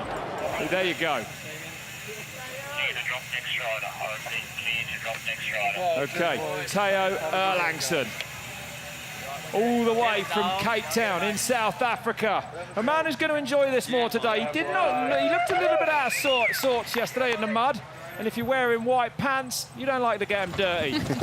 Should go a lot better in the dry here now. And it's an aggressive start. That's right. Oh, well, he's just trying to get past that sketchy section as fast as he can. That's one way to do it. Another rider coming straight from Darkfest, actually, that took place down there in South Africa. Massive jump jam, some of the biggest jumps on the planet, so these gaps shouldn't phase him too much here today. Caught the front there. Yeah, he's been a mainstay on the World Cup circuit. Used to the, traveling, racing his bike. Really good rider, really good friends, kind of like a crew with, know, Ronan Dunne, Jackson Goldstone. Whoa, he's trying. Has he gone off track? It's going to be close. Like he's all good anyway. But definitely a loose moment for Erlangsen. Though. Great to see him attacking like this. Yeah, that's right. 26th at the J World Cup last year, so some pace there. And I think we're kind of seeing just how difficult this track is. It's not one that you can kind of let your guard down on. Mistakes can be made anywhere. And it's not just about these big jumps. It's exactly like Dan Atherton said, the in-between is the hard part. Whoa. Aggressive into that left, 1.9, nearly 2 seconds back then at split number 1 to Connor Fearon. But, I mean, if you're anywhere near Connor Fearon, you're doing well, because that is a man who can move, and he did on his race run. He managed to put a pedal stroke in there. Impressive, wasn't it? Haven't seen that yet. Made up a little bit of time, made up 0.2 just in that one section, so. I think like we were saying, maybe if you mess up that corner, then you're going to feel like you need to put that pedal stroke in. Right. Yeah, absolutely. Drone's doing a great job through the tree ferns all the way down here. And this is definitely a section where riders will take a couple of breaths, kind of let your hands loosen up over some of these jumps, because right after this it gets super technical as we've seen this key section, and then really into that inside-outside line choice. It is like really fast and really rough. It almost reminds me of Baldessaro. Really? Did you get the heart rate down there at all, Tani? Is it? Not where he is right now, I don't think.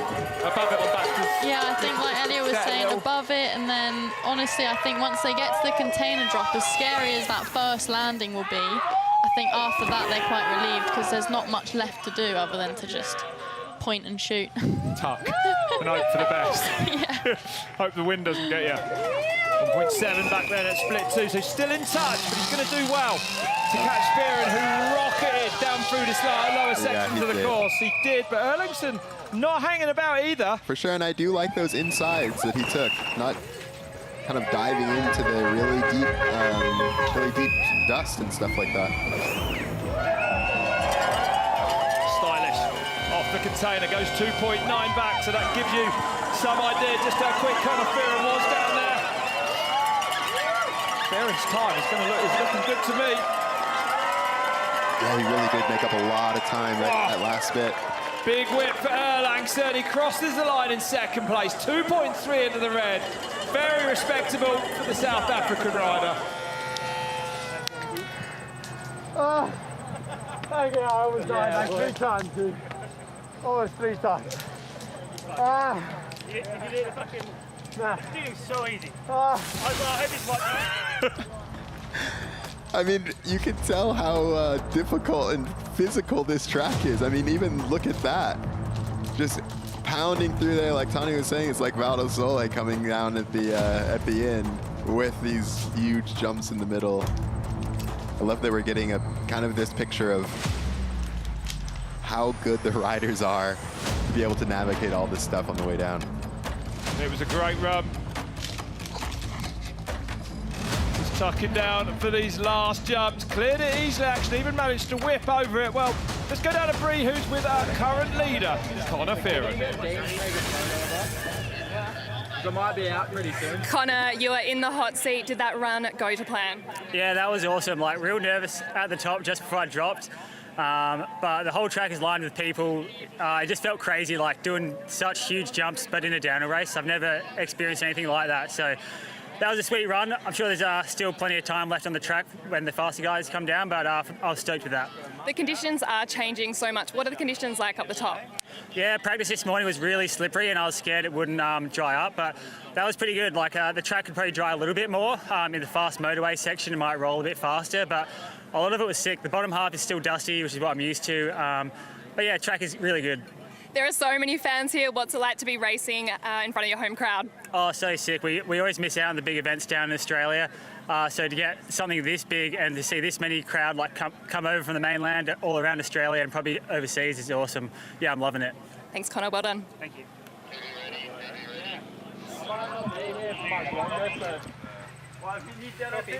17 riders left to drop then, and an absolute legend of European, a French freeride, Vincent Toupin.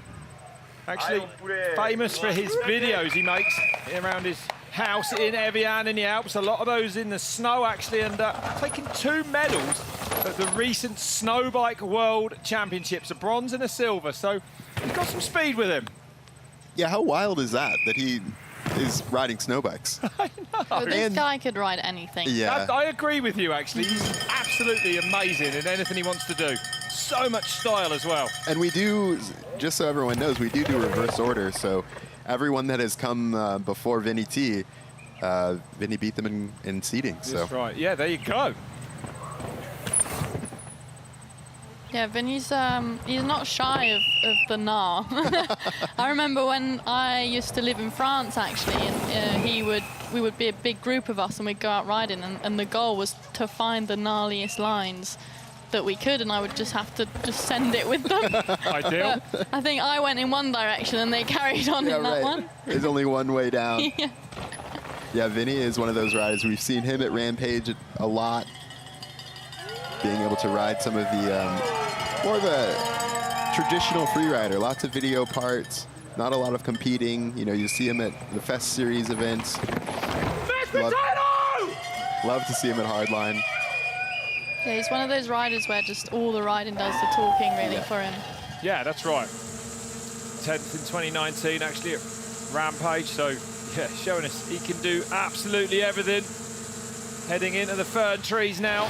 3 seconds back at the second split.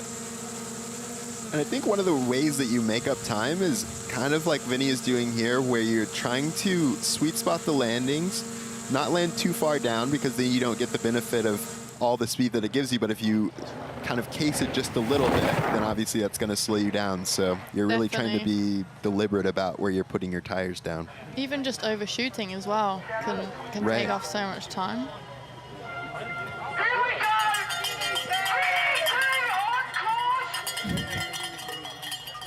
Love hearing the fans in the key section. That was actually wild this morning. Practicing with all the fans on track was crazy. Vinny T with the inside over the over that off camber, so good. Yeah, like the fans team, they've been here for the entire week, right, Tony? Like, it's been crazy. Well, actually, we didn't have many fans on track, so I only noticed yesterday, but I didn't ride. I only rode in the morning yesterday. But today, when we hit that cliff drop to double, obviously it's quite iconic, and they were all stood there. And it's kind of like in Fort William when you go over the arch and you just hear this sea of people. He's pushing on through these turns, you know, these dusty turns down here. He's got such a mellow style. He got chucked over the front there. He's been sending it. 20 metres off there, no bother at at all. Yeah, you see him kind of release his hands just a little bit, take a small sit. Off the shark fin, down through these last few jumps. Fearon with that 3 at 13.4, still leading. Tooping with a big whip to finish. Goes in a 4th place, very respectable, nearly 8 seconds into the red.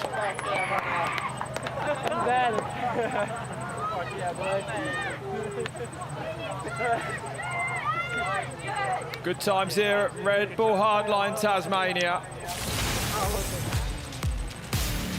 There we go. Boom. So comfortable just letting the back end slide out. Off the drop. Watch his hands, actually, when he lands. They're all dead kicking off of that. Yeah.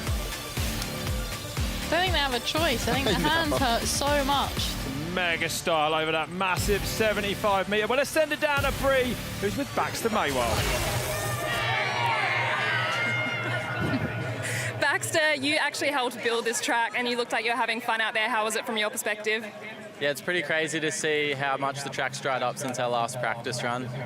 Through the ferns, it's still a bit sloppy, but then you kind of get into the lower section and it's dusty again. So, yeah, it's pretty wild to see the difference in conditions. You actually have a section of this track named after you. Do you think that's where the race could be won or lost today? Yeah, it definitely wasn't just me that built it, but yeah, I think it plays a key part. It's really loose and dusty with a bit of line choice and a lot of holes forming at the moment, so you can definitely throw the race away in that section. Thanks, Baxter. Well done. Thank you. Local hero, loving it. Absolutely. Basking in the glory of his own magnificence. I was trying to talk to him. I know. I was trying to talk to him. He just walked away from me earlier. All right, back to the top then. For Jim Monro from the UK. A good qualifier for this young man. And on an Atherton bike as well. Actually, Dan said he's not sure really what Jim wants to do now. He could be a great racer, he could be a great free rider. Yeah, that's right. I mean, he's been a mainstay of the Red Bull Hardline. Yeah, Yeah. he's part of the, yeah, I was going to say part of the Dovey crew, so. Right. Have you gotten to ride with him a lot, Tony? Not really, just when I go to Dovey Bike Park, obviously, they're always hanging around, but he's been in New Zealand for a while with Dennis and more of the Afton crew, so. Loving it, be heading back to Queenstown after this. Quick through those rocks there as well, and an amazing story actually how Jim got into riding. His mum took him to watch Hardline in Wales in 2015. He said, this is what I want to do. Moved up there to Mackinleth, became part of the dig crew, and the rest is history. It's mad. No Yeah, way. It's mad. That's exactly what happened. All in the last 9 years. That is incredible, yeah. Seems that the Athertons now just breed the gnarliest of riders. Yeah, that's Dovey. right. But if you hang out with Dan, Dovey Bike Park, Yeah. I mean, there's no other result really. There's no 5.2, but no choice. No, that's right. 5.2 back then. Good split one for Jim Monro. Yeah, he's got a really nice style, kind of like rides really low on the bike, uses his lower body to turn and kind of control where he's going, hips to turn instead of, you know, using the handlebars. 5.6, losing another 0.4 then. Giving the drone pilots a nightmare trying to keep up with these riders down through here. They're right on the limit apparently of as fast as they can go. It's looking quite patchy in there as well. I'm not sure if the light might... That'd be hard, right? And didn't lose too much time on that second split. I wonder if there was a mistake up top. Yeah. Yeah, back on pace, you're right. Between splits 1 and 2. On the Canberra comes now then. There's always one section where the fans love to be, and I think this, even though we can't quite see them, we hear them. See the big plumes of sand, of dust coming up. It's so easy, isn't it, Tani, to throw it away here this afternoon? It's just because that highway is so hard packed. And he goes for that gap out of that turn. That's the first one we've seen do that. Yeah, he went for it, and he didn't get it clean. But yeah, it's just so hard packed, and then this is so deep in dust. You've got to almost change your riding style and the way you're attacking it. Just back off a touch. Woo. Wow. Still on the gas down here then, Jim Monro. Loose at the bottom of the track. I think that's kind of like you were saying, Tony, the way you almost have to ride. Oh! Up over the Oh, we have top. to roll that. Wow. Still have the speed for this. No bother at all. Monro still cracking on then. Windsocks looking a little livelier than they did earlier. But no issues yet as he heads down to the final jump, the 75-footer. Pulls hard, Jim Monro safely over it, crosses the line in 5th place. 3:22.5. Nearly 10 seconds into the red. But a great run for Jim Monro. Yeah, we saw that little mistake before the road gap, the container gap. I reckon those corners are getting pretty blown out now. That's right. Yeah, for sure. I think the bottom of this track, like here is one section, is these little tiny catch berms. And if you dive into them, if you trust them a little bit too much, you're...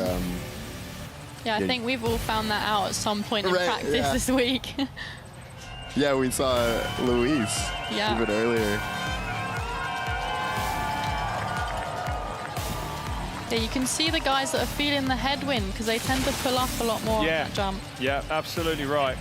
15 to go there here in Tasmania. Thibault Laly, Thibault Laly, the next to drop. From Clement Ferrand in France. A regular World Cup racer, this man, a regular World Cup finalist. Would you say, I feel like he was Hardline Wales' favourite last year? Like, the fans seem to really love Laly. That's right, yeah. When he wasn't announced in the first group of people coming, there was a lot of outrage on social media. So I think they'd be happy to see him, That's right, great to see him. He was desperate to get a ride here, and he did. A lot of rocks on the landing there, Tani. Is it tricky? We saw some people crash there yesterday. That is horrible. Is it? Yeah, and it's so blind coming in. You can actually gap the whole thing. Like, you can... It's quite straight coming in, and I think some of the boys just gap from like quite far back, whereas I know that I was personally rolling up really slowly and using the V to kind of plump myself onto the rocks nicely. Plump's not a word you hear every day. I didn't even know if that was plump. I know, Thibault was saying he was just loving the track here. Hey, Fearon had a great run. Look at that, 3 seconds into Laly at the top. Off the 10-metre vert drop there. Into the 17-metre gap over the tree there. Went deep, actually. Did go deep. He went deep off the finish line jump. Him and Brook earlier in the week, they almost flat landed, past the landing with that tailwind. I mean, people saying they went 100, 110 feet, and I wouldn't argue with that. We were saying probably for the way they jumped it, the original size of the jump probably would have worked. Yeah, it would have been perfect, that's right. Yeah. 2.8. He's made up some time. Yeah, that's incredible, actually, to pull 0.2 back there. I wonder if that jump, surely that jump has to be faster, but that is where that split is. 2.8 then, in the red. Going to be hard to pull that back between the bottom because, of course, the track's so fast, nearly 60 kilometers an hour through the speed trap as well. Yeah, we're seeing a lot of 59s there, so if somebody can get up to the 60, 61, 62 kind of speed, we'll definitely know they're on pace for a good time in this split. Oh, I thought he was down. Yeah, Thibault really coming in hot to this. Blew up that turn. I'll tell you what I really like about this hardline and this new track is that when you go to Wales, you know, riders that have been there once, twice before have a massive advantage. No one had an advantage here. Definitely. It's a blank sheet of paper that everyone started on this week. No one's, you know, up to any more speed than anyone else. Oh, sends it deep into the berms. Yeah, getting into both of those turns. Seen a bunch of people cut those off now. And then cuts that one super tight. Former French national champion as a junior, and that is saying something in that incredibly fast nation. Oh, getting easier to say. I know. Off the shark fin then. Still, the windsocks not looking too angry. The weather's pretty settled here this afternoon, thankfully. Last one for Laly, not as big as he went in practice, thankfully. Crosses the line in 4th place, 5.2 into the red, a 3:18 for him. Fans getting a bit of a shower there. And loving it. I know, the Tasmanian fans are just the best. It's a wild crew over here on the island. Here we see Thibault coming through the bottom section, cutting this turn. We're going to see people trying to cut as much time or distance, I guess, in that bit as we can. I wonder if you can gap those berms. I did kind of see it, you know, when they're going straight, and Laly then came out of that first one quite early. Right. So I wonder if we'll see someone do that later on. Might be Bernard. Likes to pull out a new line in the finals. There used to be a lot of that back in the day. You would have, you know, Sandhill hiding lines until the finals. Yeah. You can't do that anymore with all the dad cams. Yeah, very difficult. If you do it, someone's going to know about it. And that's what's nice about here, actually. Everyone's sharing lines, you know, everyone's helping each other. From across the water then, Sam Gale from New Zealand. 3:17 in qualifying. Sam's definitely one of those riders, like you were saying about Jim. He could kind of do anything. He was on the World Cup circuit for a while, rode for Bernard's team, the Pivot Factor Racing team. And, you know, it's kind of taken a step back, but he's had some amazing results in New Zealand, beating some of the biggest names that we have. Yeah, having 2 top 3 finishes in NZAD Nationals just this year, actually. Yeah, I think he's one of those riders that really kind of rides on emotion. If he's having a good time, he's going to put in a good run. So I would kind of expect big things from him here. You can see him just kind of hopping around, really light on the bike. Yeah, whoa. Pushing through those rocks. They're 6th at the last edition of Hardline, Red Bull Hardline that we had in Wales. So, you know, that's a big result. Top 10 at Hardline. Yeah. Getting that inside. Yeah, he got you can it. see how hard he was on the front brake coming into it. The bike almost just stopping down there. He got it. Yeah, Hardline seems to be his jam, you know? Yeah. Absolute bread and butter. But he told me that he's actually over racing all the World Cups. You know, he's not sure he needs it in his life anymore. But this event certainly brings him to life. 2.3 back then at split. #1 on track, so really in nice. touch. Off camber. Through the gap there, threads the needle to the side of that rock there, to the right of that rock. You can see how much he's pumping. There's so much speed to be gained on this track. If you can get all of the downsides, pump all of these things. I really want to see what his speed is on this, because he looks super Look at that, fast. nearly pulled a second back. 1.4 into the red now then. Accelerating. I do think he struggled on that berm though. I think we might have seen a small mistake, so I'll be interested to see if he's lost a bit of time through here, going to the next split. Yeah, the next split will tell us. Keep an eye on that. He's definitely working hard down here on this straight. 67. No way! Wow. Well, didn't bother him. The mistake came because he was going so fast, obviously. Yeah, sometimes it is like that, right? 8 Ks faster That's than insane. Yeah, that 59 that we've been seeing a lot of the time. Let's see what the next split tells us. It's going to be interesting. Picks up there. Well, this is where we usually see people drop in time, so it'll be, if he gains time, that'll be... Connor had a really good split there. And it is still Connor Fearon fastest in that key section, but only by just under 2/10 to Sam Gale. He's having a good run here, Gale. Off the brakes into this... Oh. Wow, I love that turn and the jump out of it. Smashes those big dusty berms there. If you're willing to take the speed, those outsides are good. He's pushing on down here. Definitely. Yeah, not much brakes through there. No! Hold on, let it roll, let it go. Step down now and into the big container. And 1.2 now, so another 0.2 back his way. Not impossible if he's got that pace to put it back by the bottom. Looked like he went deep off the shark fin. Fearon with that 3:13.4. Here comes Sam Gale. It's going to be close. It's going to be outside it. Good enough for him to go second. 1.2 into the red. He rode into that run. Yeah, that was a really good run. I think that's a great way to put it, you know. Got faster as he went down the track, taking some different lines, really working harder than we've seen anyone work on Baxter's Highway there for sure. Just pumping exactly where he needs to. I think a lot of people are using that as rest, and he just seems That's to right. just gained wherever he could. Using all the travel, no matter how nicely you land.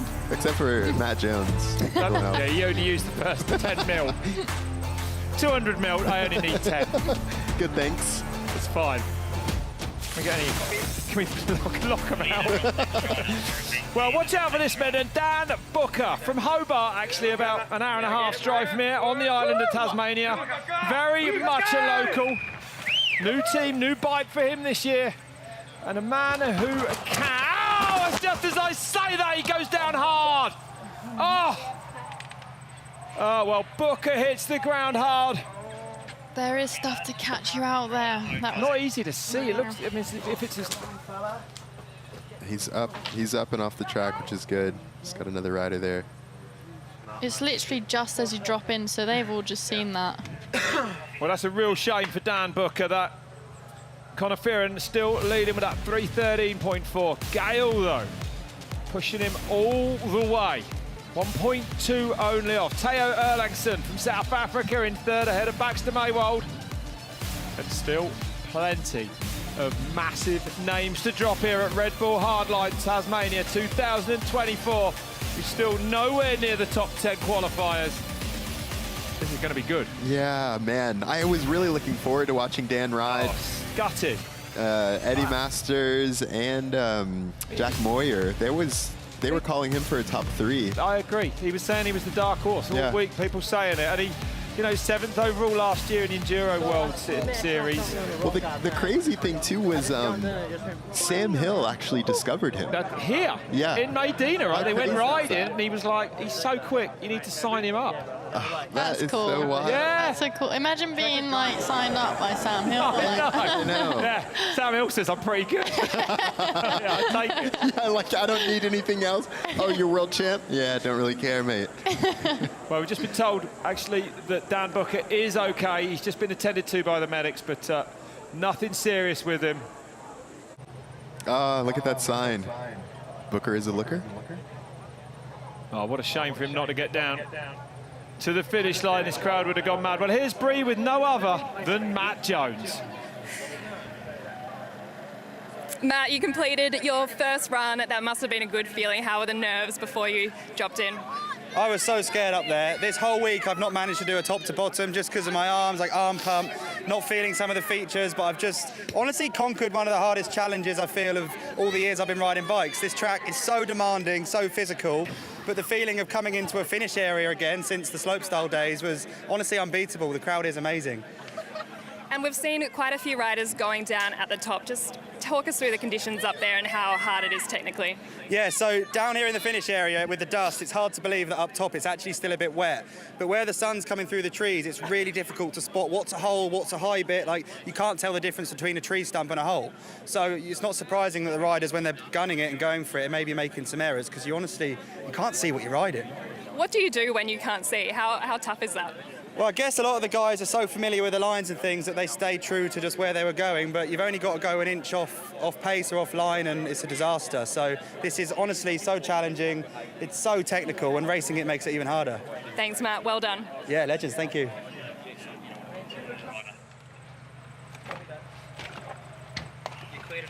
Here we go. We're back in it.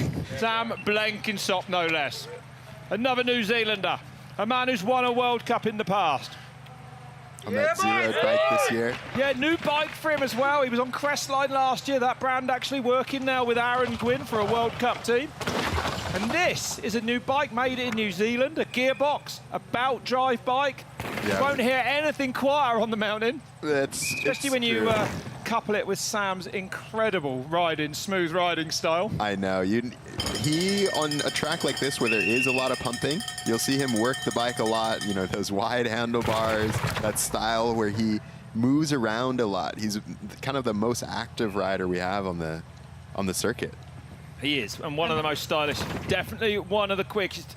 Having a little resurgence actually back in 2022, an 8th place finish for him in Mont Saint Anne, showing he's still absolutely got that World Cup pace. It was 2008 that he won in Schladming. I'm not sure if he'll thank me for mentioning that. Well, I mean, that's insane to be at the top of the sport for that long. That's right, and he very much is. He's still there. He's, you know, with his shirt off, he's so lean, fit still. Okay. 2 back. Anyway. He had me on the TRX this week. I've never heard anything like it. But anyway, yeah, 2 seconds back then at split number 1. And this is going to be the section where I'm starting to think, you know, this is where I would expect him to make up the most time. We saw, you know, Connor, and then we saw Sam Gale making up a lot of time in these kind of pumping sections. But yeah, like Tony said, pedaling in the air. Taking back nearly a second between split 1 and 2 then, just over a second now off Connor Fearon. I wonder if the no gloves is more aero. Just lightweight. Maybe. Definitely a lot less traction on your bars than your grip. Especially when it's hot. Getting some pedals in, 64 kilometers an hour through there then. Making up a second there and just that little short split. So this is where I think Sam can really shine. Used to these dry conditions down at the bottom. Ridden this stuff in New Zealand for his whole life. Oh, comes hard into that turn. Can he find a second down here? Bike's chopping around. Interesting to see almost everyone adjust in. 0.2 behind Connor in that key section. And he gets that gap! Massive out of that turn, cleanly over it. The biggest pull on the track, Bernard told me. I was going to say, it did look like a pull. And sometimes doing those sections, knowing you have to clear a jump almost makes you go around the turn faster.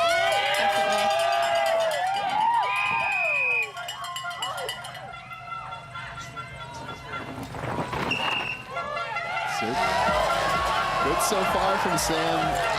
Coming into this final bit, pedaling off of it. Yeah, I was going to say, whoa. 1.7 then losing a bit more. Oh, goes massive off there. Keeps the front wheel high. The signature pedaling in the air. I've seen anyone pedal there. No. That's crazy. It's Blenky, he's a bit special. Across that last gap he goes, in the third place. Just 1.2 into the red. It's getting tight at the top here at Red Bull Hardline Tasmania. 1.2 seconds only over the top 3. Let's fucking survive! That's how you feel, though, when you get down there. Yeah. Oh, beautiful. Look at the crowd. That. Yeah, that's awesome. Having that. fun. Everyone's just loving it, having the best time. Man, Connor must have had a really good top split. I've seen him really, haven't seen anyone on the move, wasn't he? See, that's crazy because I didn't think that the top would have that much. Right. It's technical. Yeah. And, you know, I guess. It is the steepest part of the track. Steep. Yeah, like we said, there's a lot of braking involved, like technical braking. Well, I don't know what Tani's going to make of this. Here's her brother, Kaos. Man who gave up World Cup racing at the end of 2022. Although I'm still going to say he is a free racer. Would you agree, Tan? I would agree, yeah. He did make a comeback in the J last year, but I think he had to stop and let his arms rest for a bit because he hadn't been training. The fitness disappeared that quick. But he loves this sort of stuff. He was here actually testing the track with Bernard and David a few weeks ago now. He loves to guinea pig all the big stuff, which I find... Yeah, he's not worried about it, is he? I mean, this definitely takes a different kind of mentality to do that, I would say. I don't understand it personally. Why would you test something that you have no idea what speed you've got to go into and just hope for the best? But that just goes to show how good they are. Yeah. Incredible video from him with a backflip to nose manual out. Mad skills, Kaos. And I mean, just riding, being able to ride with him in a place like Morzine, so quick. I mean, you guys grew up there on these steep tracks and stuff like that. It's just, yeah, it's a dream. Yeah, it was the dream backyard, I'm not gonna lie. 2.4 back. Oh, went deep over there as well. And Kaos I feel like he's putting down a race run here. You know what, we haven't seen any tricks yet. I'm quite surprised. True enough, yeah. About the same, he's in touch, I think, with pretty much everyone else at that first split. So let's see what he does at the bottom of the track. He did that crazy run in Wales a few years back. I can't remember which year, where he backflipped 2 jumps but crashed on both of them. And I think after that, he was like, the following year, he's like, right, I'm going to actually try and race because that was embarrassing. 2.7 back now then at split number 2. Still somewhere near, though. It's all right for a free racer. It's not bad, you're right. Someone who's retired from racing. It's funny that he's retired. He's, what, 24? Just too old. Maybe his career's only just getting going, though. It is. And he's hoping to go a Rampage, right, at some point, Tani? Yeah, he really suits that sort of ride, and I think he has, like, blossomed in a way, you know? Yeah. I mean, I always think about that you almost had to build the skills through your racing career to be able to do the gnarly stuff that he's doing now. They've built a really good like fan base and skill base from racing.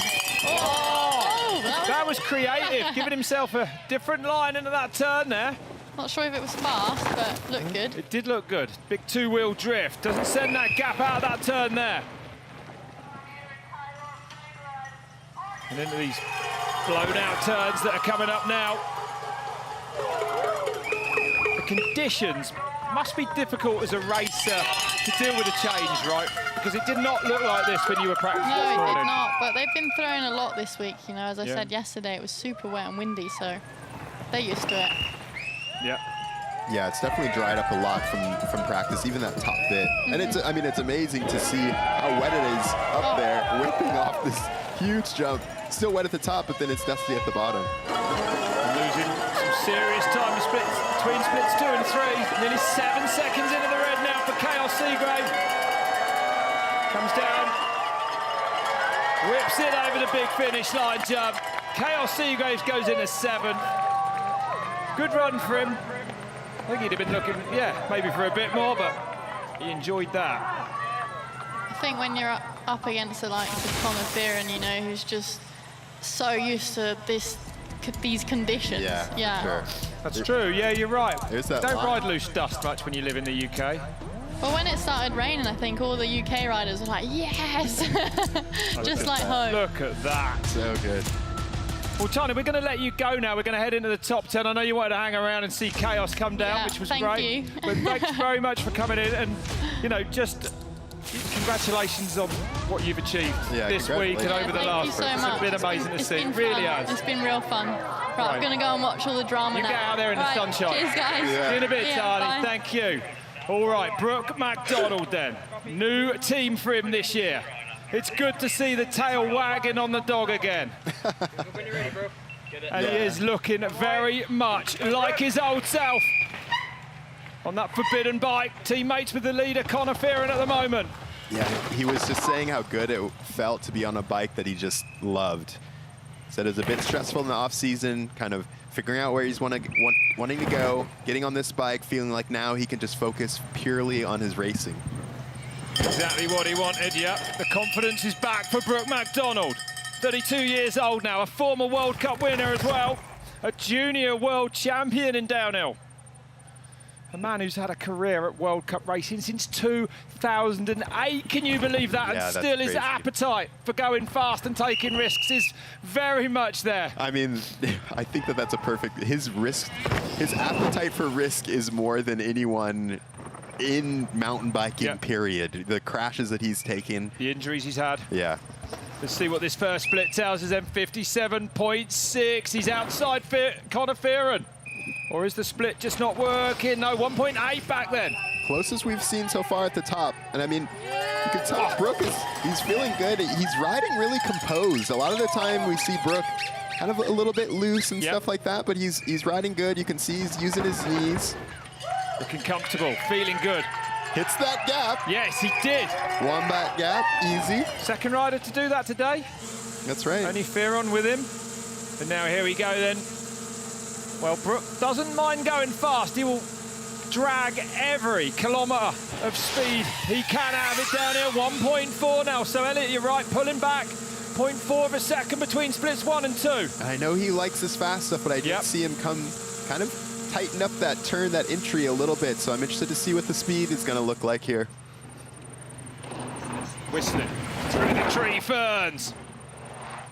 56k, so you're right, a little mistake costing him a bit of top end speed there. Yeah, almost. Might show on the clock. Ks, that's right, yeah. There's definitely time to be made up here at the bottom. Yeah. If you let it loose, like we saw kind of Connor doing, shaving off the distance as well as keeping his speed up. Donald. I know Brook was taking inside here in process. Yeah, he's done it again. Look at that, right up on the inside. Beautiful riding. And there he was. You know, Cuts the gap, 0.1 off only through the key section as well. Gets the gap out of that turn. Gapping out, but also when you take that inside, you will get to the key section finish faster than the riders who take the outside. But what happens after that? That's true enough, yeah. Comes over the top of that big rock on the downside of that. Straight lining as much as he can through these turns. Phenomenal pace down here. Loving the loose stuff at the bottom. It's amazing, isn't it? Just in good spirits. It's good to see Brook just having fun on his bike. Whoa. 20 meters across there, 60 feet. See the windsocks blowing a little bit, but it's been a great run for Brook Macdonald. 3.2 back with the last split on track. Charging down to the finish line then. And Brook Macdonald goes into 5th place, just 3.1 off. A good run for the New Zealander.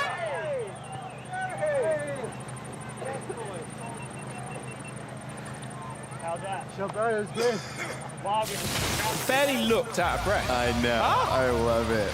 I love seeing a smile on Brook's face. It's so good. Styling it out over the container drop. The riders are actually, you'll see a lot of the, as we get up to the top, these big berms, they'll try to cut off as much distance as you can, because you might save maybe 20 meters if you could just go to the bottom of these really big berms, something you might not even think about.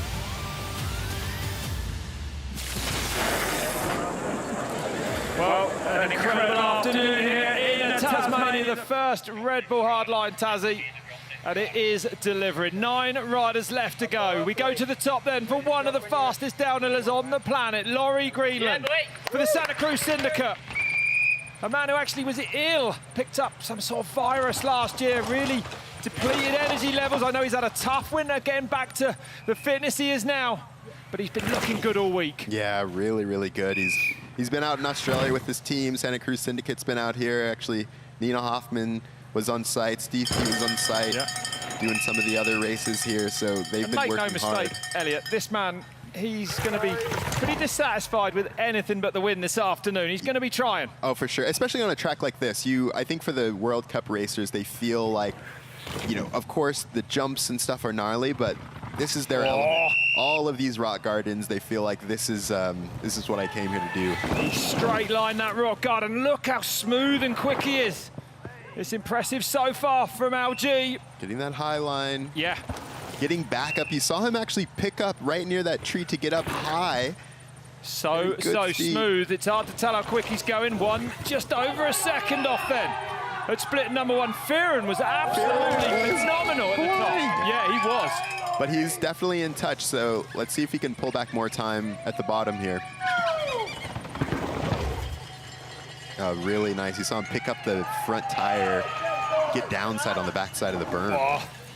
See how much he's pumping kind of everything, making sure he gets speed through this. He can't pedal, but really good nice into that right-hander, carried good speed through that. Just 0.13 off now then. So fighting back here. Laurie Greenland really putting it together. Now he's got that top section out of the way. Incredible stuff. Took a 3rd in Ludenville last year before he got sick. Bronze at the World Championships in Fort William. Oh, he's flying through here. Whoa. 61. Anything over the 60-kilometre mark is fast. And now it gets technical again. Greenland's going to open it up again, I feel, on these lower steeps of this track. Well, I mean, we've seen what he can do at tracks like Val di Sole. We heard Tanya say this is similar to a Val di Sole, so this is where we're looking for Laurie to make up most of the time. Getting outside there, kind of in between, a bit of a mistake. Maybe, actually, Yeah, lost 0.2. 2.7, nearly 0.3 there. Doesn't go for the gap there. Tony's saying some of the riders thinking it's quicker just to pump that inside. That's right. Interesting. What's the next split going to tell us? Tiptoeing around the inside there. He carried a lot of speed through those 2 turns, Elliot. And it's right, like Tony said, that a lot of the stuff hasn't gotten figured out. The riders haven't been walking the track every day, so that's why you're seeing riders take so many different lines. You get hung up in that last right. Maybe a little bit. Next split, here it comes then, 0.38. He's very, very much in touch then. Just tough. Just tough. There's not much else you can do now. I'll be amazed if see him take a pedal stroke at the speeds they're going. It doesn't make much difference. Greenland over the finish line, jump. What's it going to be? Goes second. 0.7 off in the end. And Connor Fearon continues to lead here at Red Bull Hardline, Tasmania. Good run from Laurie. It was a strong run, it really was. Great to see him putting that illness of last year behind him. And here we go. We can kind of see where he made up most of the time. You know, that first run, that first split is where Connor just, you know, kind of blew everyone else out of the water, and you're kind of fighting back. Everyone's just been fighting to gain time at the rest of the track. Well, second place for Laurie Greenland, the man from Bristol in the UK. A wonderful afternoon's racing here at Red Bull Hardline, Tasmania. Great to see so many people coming out. Yeah, everyone's been, it's really cool to actually be able to ride. People have been here, taking a holiday, been able to ride the bike park. I know Troy was saying this is one of the places that he trains the most. Well, you might want to stow away your tray tables, put your seat backs to upright, and make sure you do up your seat belts, because Ronan Dunne, he's ditched the GoPro, is about to go here. A massive crash in the week. High-speed get-off, said it didn't bother him one bit. New team for Ronan Dunne. Let's see what he can do this afternoon. Then second in snowshoe at those World Cup finals last year. Or actually, second to last World Cup of the year. Man, that was amazing. He was actually able to hop. There's a little braking bump, and he actually was able to double off of that ledge. First rider I've seen be able to do that today. And of course, his bike not turning up until later in the week. His first run down, he ticked off every single feature. His third run down was a complete top to bottom to show how incredibly, insanely comfortable he is with a course like this. Just 21 years old from County Wicklow.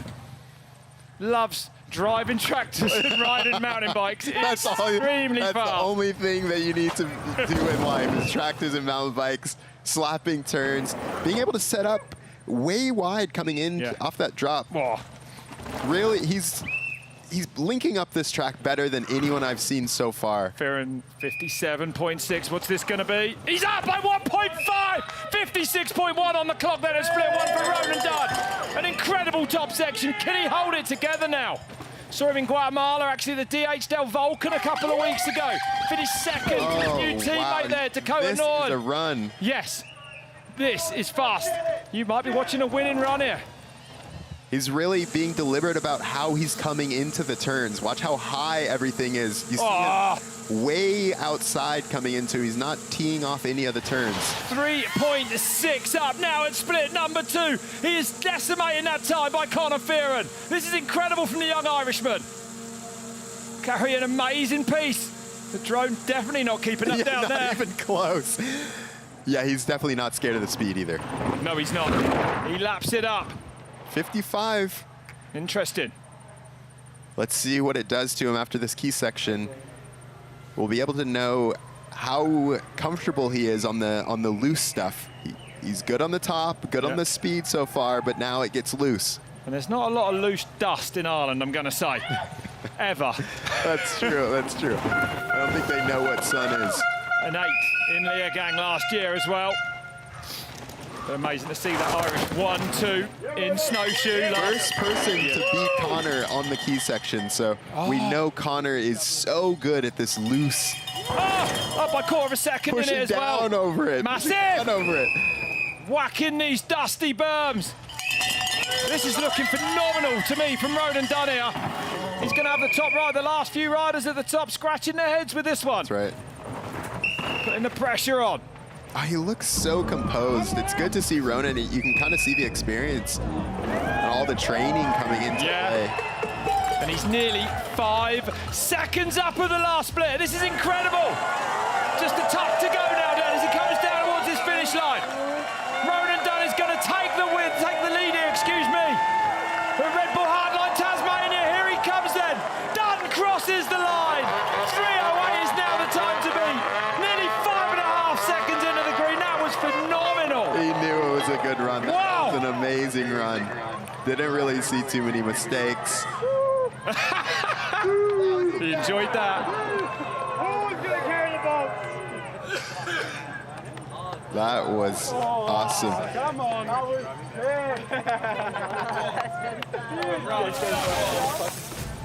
And so this is what I was talking about. If you just watch the way that where he's going on the bike, that, you know, trying to go as low as he can in all of these really big berms, cut off as much distance as he can, but also get set up early. And looking at the graphics, he just accelerated all the way down it. Look. Yep. Wow. Beautiful shots of these riders flying 20 meters through the air on that step down, and he knew that was a good one. You're going to see a lot more of that young man over the next few years. Conor Fearon stepping away. Well, let's hear from Ronan. He's with Bree. Ronan, what a run. You told me before this that you wanted a podium. You've got into the hot seat. How happy are you with that run? Yeah, just nice to make it down to the bottom, to be fair. That track is unbelievable. It's full on. It's nice that you can treat it like a World Cup, really, and just go flat out, but with sick jumps, really. You were linking the turns so well. Where were you finding that extra speed? Honestly, I just taken about a good few Red Bulls for that run, and yeah, that just took me down, really. I didn't. Just like a World Cup, I don't remember much, but yeah, that's sick. I'm here now. It was all right run, so yeah.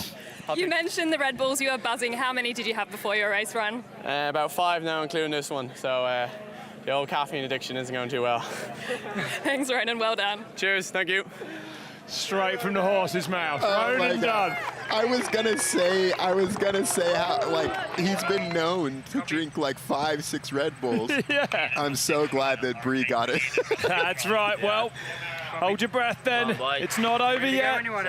Still 7 riders to go. Adam Brayton now from Cumbria in the UK. A man who will not rest until he's won a Red Bull Hardline. He's been up on the splits a couple of times in Wales. That's Things right. haven't gone his way. In 2022, I thought he was going to win. I think everyone thought he was going to win. I mean, I've also been trying to get Gas to Flat merch from him for a long time, but goes out quick. Adam's one of the... I feel like if you thought about Ronan Dunne being the new school rider that is loose and really hangs it out, Adam Brayton is the old school rider. Popping a foot there. Gotta Gas to Flat! Go Gas to Flat, they're shouting up in the woods. A couple of mistakes up at the top here. That'll cost him hard, cuts that turn there. Goes outside, misses that high line. We'll see what it does to his time. We know the bottom of this track is really where he would probably shine. 3.2, 3.1 back though. So he finds himself over 3 seconds into the red. Oh, got low on that rock there as well. It's been and he sends the gap. Of course he does. It's Gas to Flat. Yes. This is a classic Gas to Flat run. And a bit wild, probably a little bit more messy than he would have hoped. Yeah. I think one thing that is pretty obvious today is that really any mistakes in the upper part of the course are going to be very hard to pull back, it seems. Yeah, and I think it is one of those tracks where when you first look at it, you think it's going to be all about minimizing mistakes. And of course, every race run is, but I think that there's a lot more time on the course than 61. Maybe we realize. Yeah, you're right, actually. An incredible week with him. Actually, with me and Adam have been fishing. He brought his rods with him. He's a keen fisherman. And at one point, I was stood with a Keswick Kestrel fishing for brown trout whilst looking at a duck-billed platypus. And I know the Australians won't believe it, but me and Adam had eyes on a duck-billed platypus. Again, enough of the nature. Let's get back to the racing. I think that's just called a duck. No, it was a duck-billed platypus. It was right there. It was insane. So 1.6 back in that key section. Oh, sends the gap. Of course. With ease. One of the most committed, one of the fittest riders, 35 years old now. Can probably lift the truck. 7 hard lines to his name. 3 times on the podium in Wales. Qualified second, of course, in Wales in 2022. I know he's been having a good time. It's funny because he was saying he was a bit nervous for this race. Not somebody that you would imagine being nervous for. He's so good. He can obviously ride so well. Oh. Super steezy. Lost some serious times between splits 2 and 3. But Brayton has had an amazing week here. He loves his bike racing. And another hardline gets ticked off. Goes into 9th place. 10 seconds back now.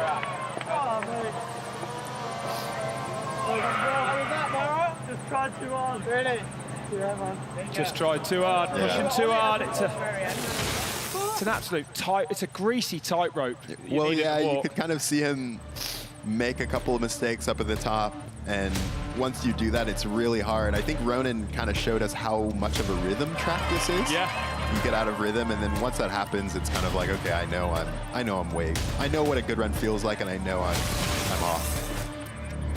So, just 5 riders left at the top. Look at those names there. Iniguez, Gaetan Vige, Jackson Goldstone, the man we're looking at. Under some pressure this afternoon, I'm going to say. George Brannigan, what can he do now? It's dry, and then it's Bernard Kerr. It's going to be the last to drop, but this is Matteo Iniguez from France. 23 years old. Only moved to elite in 2020 and got inside the top 20 at the Val di Sole World Cup race last year. So steep, rocky, rough. He ain't scared. No, and he's part of, you know, that crew, the Hugo Frixtalon, Thomas Stack, who are just unbelievably good on a bike. Coming over that super, super fast. A lot of these drops, the way that you make up time is to actually pre-hop. So you'll see the riders kind of trying to not break and unweight over the top of them, but it's terrifying because you can't see the other side. No, you're right there. So whistling through this top section now, Iniguez. So nice and straight through that rock garden there, no problems. Haven't seen him make a mistake so far. Nice smooth run. And quick into that turn. Sets up wide there like we saw Ronan do. Won a junior World Cup race back in 2019, so plenty of pace there.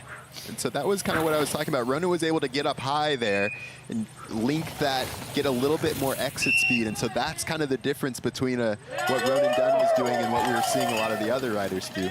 Ronan absolutely slaying the top sections. I mean, Iniguez was not hanging about, and Ronan in just that first section has put 3 seconds into him. That's unreal. That's true. Man, I love watching him. Yeah, the way he just lets the bike move around. This is great. He's beautiful, isn't he? Amazing style. Comes in, tries to go a little bit low there. As the berms get kind of blown out, you don't want to get into that soft stuff, even though that's where the biggest part of the berm is. It looks tempting, but it just slows you down, so you see riders adjusting lower and lower as the race goes on. 3.7 back, and the way that these berms blow apart, it doesn't get any easier actually for the later riders. The track's probably may well be getting slower now. We don't know how much it's dried out at the top, but the more blown out it gets, the more difficult it does become to deal with. Yeah, it's definitely true, and I mean it's always a balance. At the top, maybe it's better to go later. You know, some of these berms, like you're seeing Matteo come into, he might have blown one out. But you never really know. You just have to react on the spot. So Ronan still the fastest, but look at that. Iniguez then second quickest through the key section, just 0.22 off. So really still pushing harder, despite being nearly 4 seconds back on the big clock. For sure. And a mistake we didn't see. Definitely, you know, different parts of the track suit different riders. I think it is really difficult to get a flow down this track because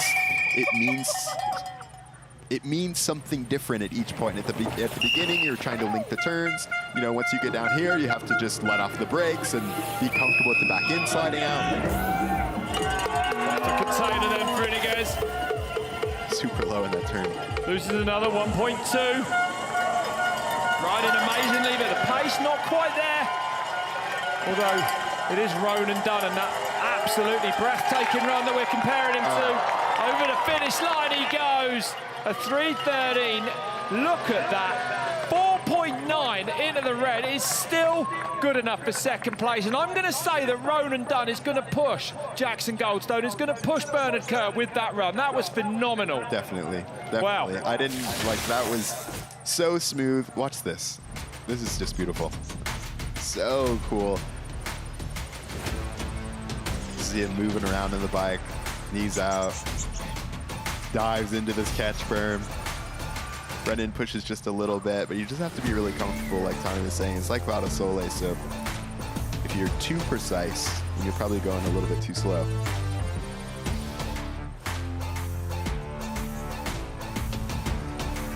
Whips it over a 70-foot jump. No stress. What you do. Well, if you just joined us, it's Red Bull Hardline Tasmania, the first edition of this event.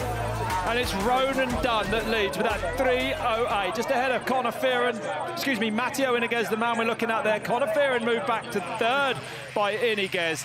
And there is just 4 riders left at the top. Gaetan Vige now, from the south of France, riding actually he broke the tip of his thumb. The x-ray looks horrendous just about 2 weeks ago. I couldn't believe he came here, let alone can perform like this. Yeah, man, I mean, that first bit sets the tone, and he definitely took a ton of speed off that ledge. See him come over here. This is where we're looking at a little bit of brakes over the top. We saw Matteo take a little bit more speed, but it's just one section. Jumps way down off of that, like Donnie was saying. And so here's where it starts to get about flow. Absolutely, setting up wider, yeah. Getting into these catch berms early, thinking about your exits, not rushing anything. Oof. We saw some insane stuff there over the course of the week. Well, down so far, so good. Yeah, carrying really great pace at the top here. Definitely, no question there for Vige. Oh, goes deep off there. Maybe an indication just how fast he's going as well. 1.6 back then. That first split. Not too bad. I know Ronan had a really good top section. Launches off of the log jump. And headed now fastly towards. A little bit of brakes there. You heard him kind of drag the brakes right into the turn. A little bit of a mistake, but not too much. Still smooth run. A great rider as a junior, runner-up in the World Cup. A great rider as an elite, actually getting on the World Cup podium last year in no less than Montserrat. 3.4 back now, though, to the Irishman that's leading at the moment. It really shows like what these tiny little mistakes. He dragged the brakes a little bit into that turn. He dragged the brakes a little bit into the turn before this Baxter's Highway. I think he might have lost a little bit of speed down here. You can see him really trying to push for it. Yeah. Having to kind of pop a little bit more than a lot of other people did. 60K through the speed trap, not too far off. And into the key section now he comes, this big, deep off camber.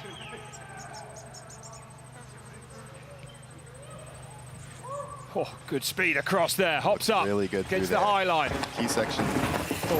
Oh, just letting the front inside. That was really good through the key section. And Dunne still quickest, but look at that.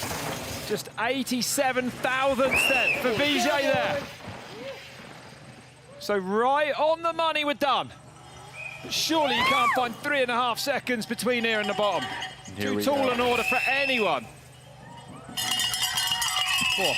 And he's riding good. Yeah, he is pushing on down here. He's attacking in these lower steeps. Hardline is definitely a race that he puts a lot of emphasis on. Good. He's one of those riders that, you know, got the skills. He's equipped to deal with it. That's right.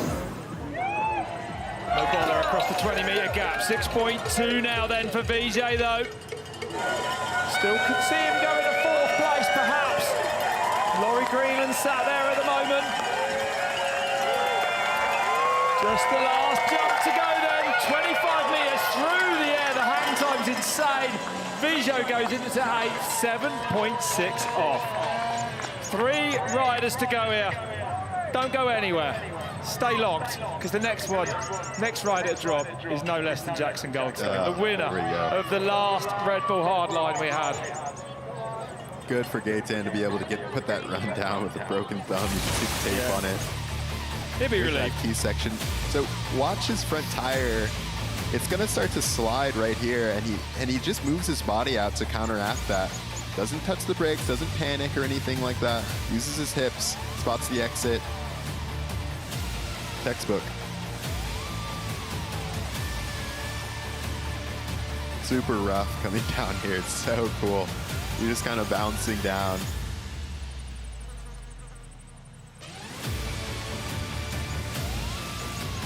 Big drops. Big drops. amazing, the progression of the courses, the bikes, the suspension, everything. It's phenomenal. And there's Gaetan safely to the bottom. Still fighting for some breath. Okay, everyone. Well, the last time we had a Red Bull Hardline was in Wales in 2022, and this man won it his very first attempt by no less than 7 seconds. The only man last year to win 2 Elite World Cup downhill races. Jackson Goldstone then on track. And it's going to be a battle royale between him and Bernard, I think, this afternoon. Fast. And Ronan Dunne now as well. This will test Dunne's time to the max. So far. I mean, I don't know, but he feels noticeably faster. Off all of these drops. Unbelievable to watch.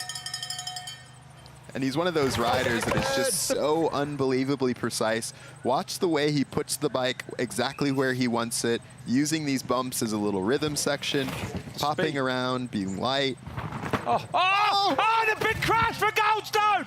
Oh, Goldstone goes down! Wow.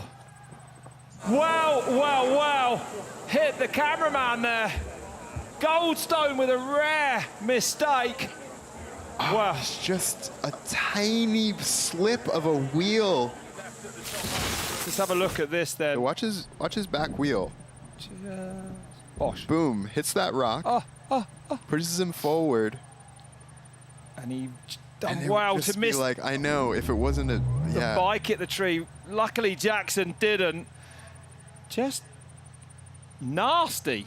Oh. When you're going that fast, Elliot. Yeah. I know, if it's... there he goes. He's all good. He's up and going. Well, a big hit for Jackson Goldstone. Amazing to see him back to his feet. Looked like he's hurt his knee there, but wow. The drama unfolding here at Red Bull Hardline Tasmania. That's a live image of him. He saw. Yeah, probably a little bit. Just wondering if we can. It's going to be. Okay, well, let's. Okay, we're going to go down to Bree. Over to you, Bree. Laurie, we've just seen your teammate, the defending champ, go down. What were your emotions watching that? Well, he came right towards the camera, so it kind of gave me a fright. But yeah, it kind of looked like he just dodged a tree. I mean, he's quite lucky to get around that. But yeah, no news from me yet, so I hope he's okay. Saw a little clip of him sat on the side of the track getting some medical attention. But yeah, I know as much as you do, I think. Of course, injuries are a part of this sport. You know firsthand what it's like. What would be going through his mind at the moment? Probably I shouldn't have crashed. He was on a really good run as well. He looked like he was pushing on hard, and he looked like he was on for a classic Jackson run, to be honest, so a little bit gutted for him. But yeah, he normally comes out all right. I'm sure he's fine. Thanks, Laurie. Appreciate it. Cheers, guys. Well, thank you, Laurie. Thank you, Bree. So 2 riders left to go. The course is now back live.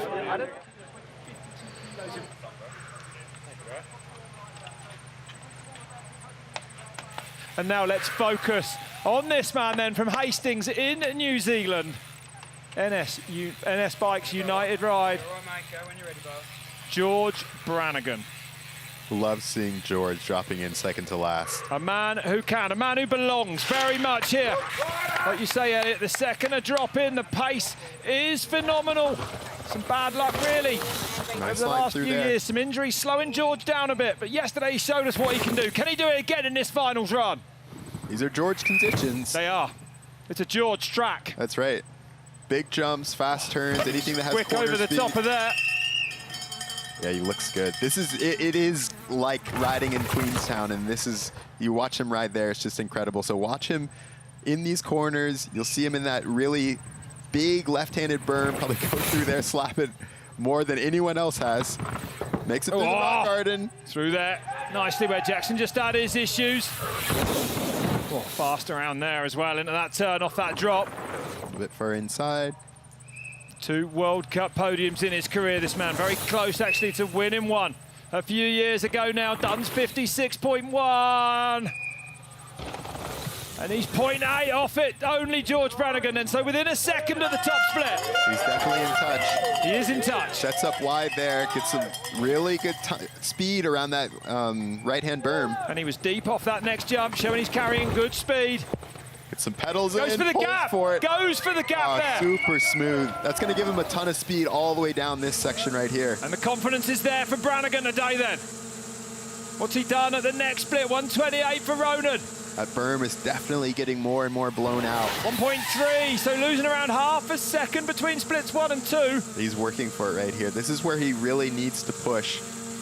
All these sections where you think there's not much going on, that's where the top girls and guys make up all of their time, it feels like.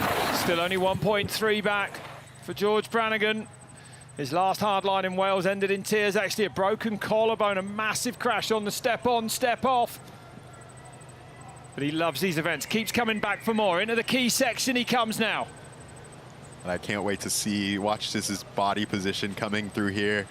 Stays high all the way, didn't drop into that catch Straight curve. line, now that's got to be fast. Let's see what the key section's telling us, but... And he does go fastest there. He takes 600s out of Ronan Dunne on that one section. Gap's big as well out of that turn. So still pushing on it, still cracking on very much. Massive out of that. Yeah, that's something that takes so much commitment to go as fast as everyone else and be on an off camber. So George really using this bottom section to make up time.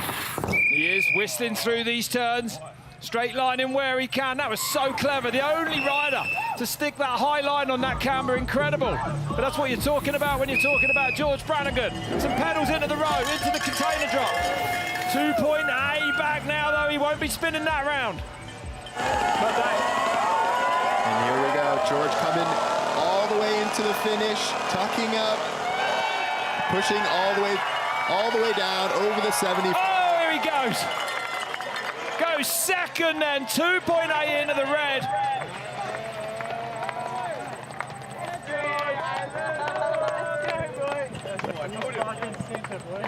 Georgie. Yes, George. That was decent, my man. George on the box, boy. What a great run. Here's that high line. You can see how much he's fighting the bike, but it paid off. I mean, at any point, if you slide down, that's the end of your run. And that is what a winning key section looks like so far. George is into second place here. Just that middle bit. Ronan was just so fast in that second split. Has Ronan Dunne done enough? There's one rider left at the top now. Bernard Kerr, the king of Red Bull Hardline. 3 wins to his name in Wales. He would love to take the first one here in Tasmania. But Dunne's time is phenomenal. A 3:08.1 is the time to beat. And if there's any man that can do it here today, it is Bernard Kerr. That's right. He puts everything into this race. Yeah. Ronan's run was phenomenal. So smooth. Like it was so smooth. I'm almost. I don't want to say I'm surprised, but I'm surprised like how smooth and perfect it is. But like you said, here we go. Bernard Kerr. Number 1 qualifier. The last man to drop then. Here we go. Can Bernard Kerr make it 4 Red Bull Hardline wins? An aggressive start. Quick out on that first stop state. Staying up high there. Straight line down. This is where he is so comfortable on this steep stuff. Off this drop, he comes quick over the top of there as well. Hopping over, pre-jumping into that. The only riders we've seen doing that. Comes in, is super precise through these rock gardens. Oh, back in, steps out a little bit. That's good, though. He's pushing on. Through the rock garden he goes. Safely through there, no problems whatsoever. Nice straight exit. That's right. A little bit more inside than we've seen. Dabs the brake a little bit into that turn. Coming off the back of his best 2 World Cup seasons. 5th in 22. 6th overall in the World Cup last year. Still searching for that first World Cup win. So what's the clock going to stop at? 0.8 back there, nearly 0.9 of a second. All right, let's see what happens. He's going to know. Oh. Coming in, this is his jump. Yeah, going to go for the gay. Pioneered that yesterday in the wet, made it look easy today. Didn't pull that hard. An indication he's moving. And he knows how important this jump is, how important this turn is in this section. Told me that this is the turn on the entire track that you have to concentrate on. Losing only 0.05. Yeah. Still in touch, still less than a second off. But don't forget that Ronan Dunne was phenomenal all the way down this course. Absolutely. So Kerr under real pressure here. Oh, it looks fast, pumping, tucking, squashing the jumps.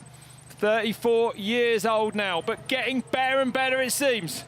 Yeah, really has come into his own these last couple of years. That second at Snowshoe, and he said a lot of it's been developing the bike, learning how the bike works. Across this camera, couldn't stay high. Goes low, but looks like he's carrying a lot of speed. Yeah.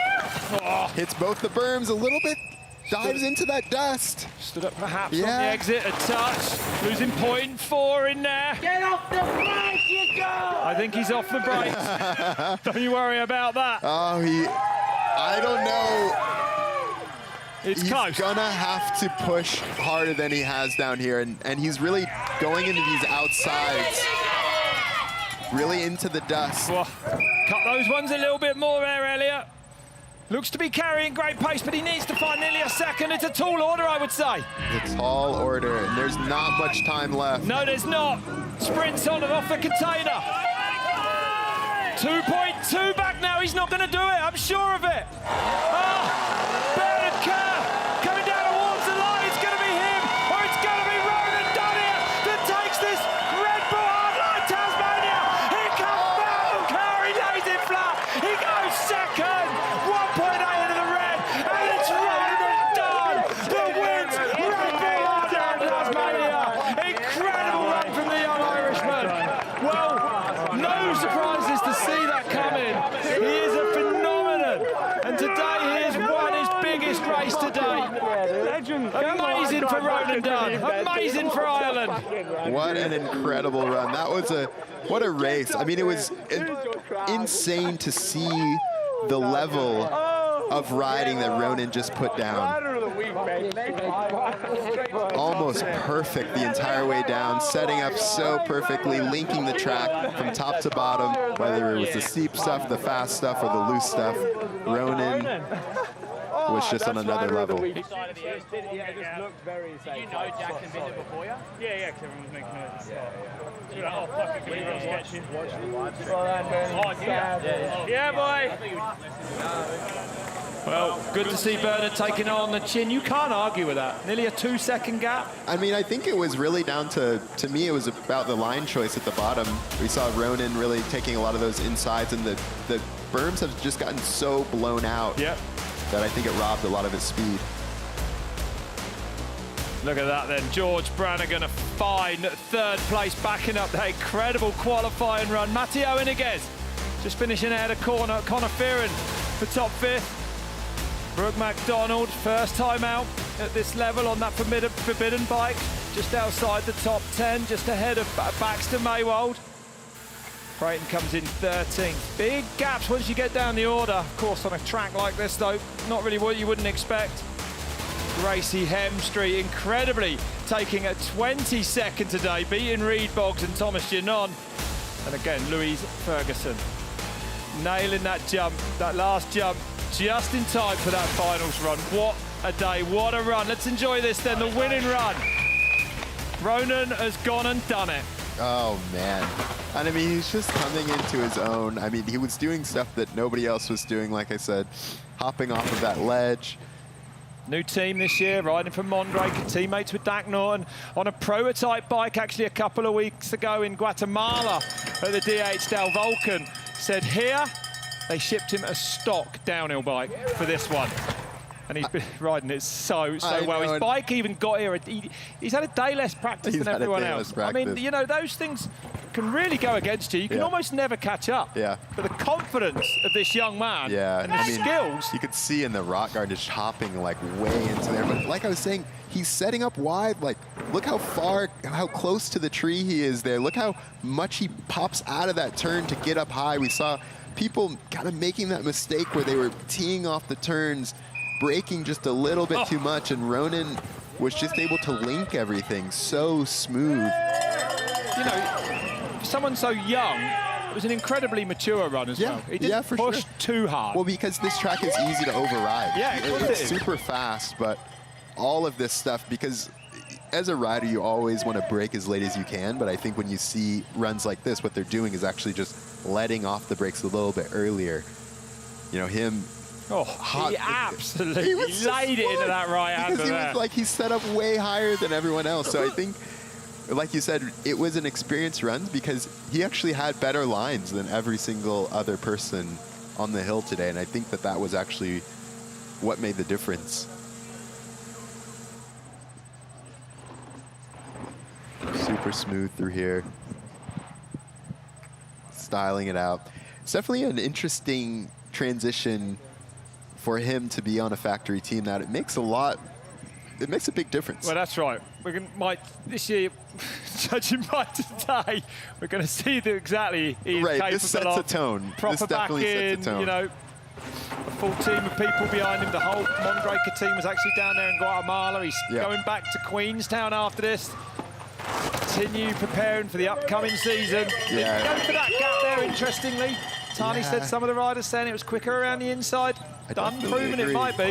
Definitely. He didn't even have to pick up out of that turn. He was going so quick. You could see, like, he avoided everything that he needed to. This was such a good run. This is a speed run. Yeah, he is not messing about. He's not putting that front wheel anywhere he shouldn't. And the difference between this and a World Cup, like I said, and Tani said, you have, at a World Cup, you have an entire team up on the hill, people taking videos, you walk the track after every day. And Ronan probably did maybe 5 runs the entire week before this one. Yeah. And so it was just a kind of a flash viewing of the track, and he was able to pick out all of these little spots. That's right. That won him the race. A star is born, everybody. Ronan Dunne wins Red Bull Hardline Tasmania. Absolutely phenomenal run. Some boy. Some boy. 21 years old. Half a second off the win in snowshoe last year. It was Oisin, another Irishman, young Irishman, that took the win there. Okay, well, let's go down and find out who is the rider of the week. Ladies and gentlemen, our BF Goodrich Rider of the Week, as voted by our Red Bull Hardline athletes, is Gracey Hemstreet. The first woman ever to complete a full run of a Red Bull Hardline track and then to race it. Congratulations, Gracey. Bree's going to get in there and interview her. Well Here deserved. she is, when she can get her. Gracey's like, not now, not now. Hang on, I've got this massive trophy I need to show off for a bit. Here she goes. Let's enjoy these pictures anyway. Gracey, congratulations. You've won Rider of the Week, voted by your fellow riders. What does that mean to you? Oh, it means so much. Oh my God, yeah. I don't know what to say. I'm so stoked. Yeah, just had the best time ever this week, so yeah. You've also made history today, the first woman to ever complete a full race run at Red Bull Hardline. Talk us through that run for you and how much fun were you having out there? Oh, the best time of my life. I played it safe because it was pretty slick, but yeah, pulled for the last jump when it was super windy, so that was gnarly, but yeah, stoked. You've inspired so many riders. There's so many young girls and boys watching all around the world right now. What advice do you have to any of those kids watching? Just have fun and, yeah, work hard. Thanks, Gracey. Congratulations. Thank you. Absolutely respect. Congratulations So much to respect. Gracey. Yeah, that's Amazing. so cool. Incredible and great to see her achievement rewarded with that trophy there, with Definitely. that acknowledgement of what she's done Yeah, I here think this week. Like she said, it means so much when your peers are like, oh, you're awesome. Yeah. you're the girl, or you're the guy, you know. Well, let's go down to our Red Bull Hardline Tasmania podium.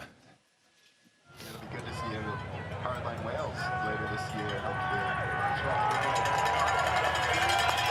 Plenty of action coming up on Red Bull TV with Matteo Iniguez. 7 days from now, we're going straight to Santiago, and I cannot wait to be on site at a street race. We've only done them remotely, so to be there, it's going to be phenomenal.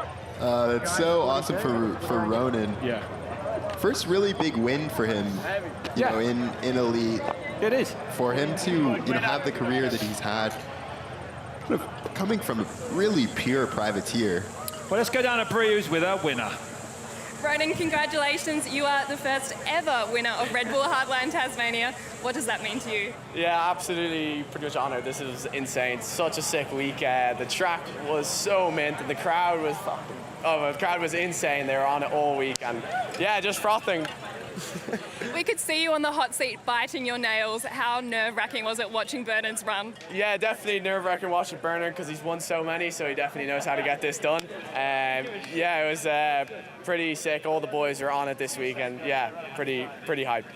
You had such a strong run, but the top section looked so much faster. What was key to that for you today? Yeah, just kind of be super aggressive and just try to get the job done. I knew, yeah, I don't know, just ride loose and hope you make it down to the bottom, really.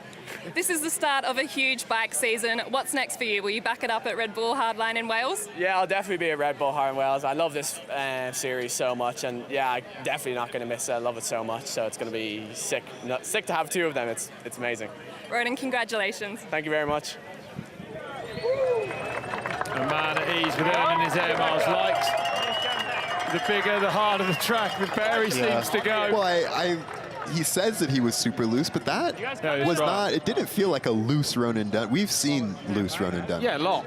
And I think that he's... And it's terrifying. Yeah. All right, well, we hope you enjoyed that as much as we did. Elliot, it's been an absolutely unbelievable week, backed up with an insane race day. Beautiful weather, an amazing race. This one unfolded, as it should. It was just brilliant. Yeah, thank you, Rob. It's so good to be here. Amazing to commentate my first Red Bull Hardline. Thanks to Red Bull Oss for taking us in. Great to have Bree on site, and just thanks to all the riders as well for having us and putting on a great show. And we'll see you next week for Red Bull Saddle-Abahu, round 1 in Valparaiso. Until then, from myself, Rob Warner, and Elliot Jackson, thanks for joining us. It's goodbye from Australia.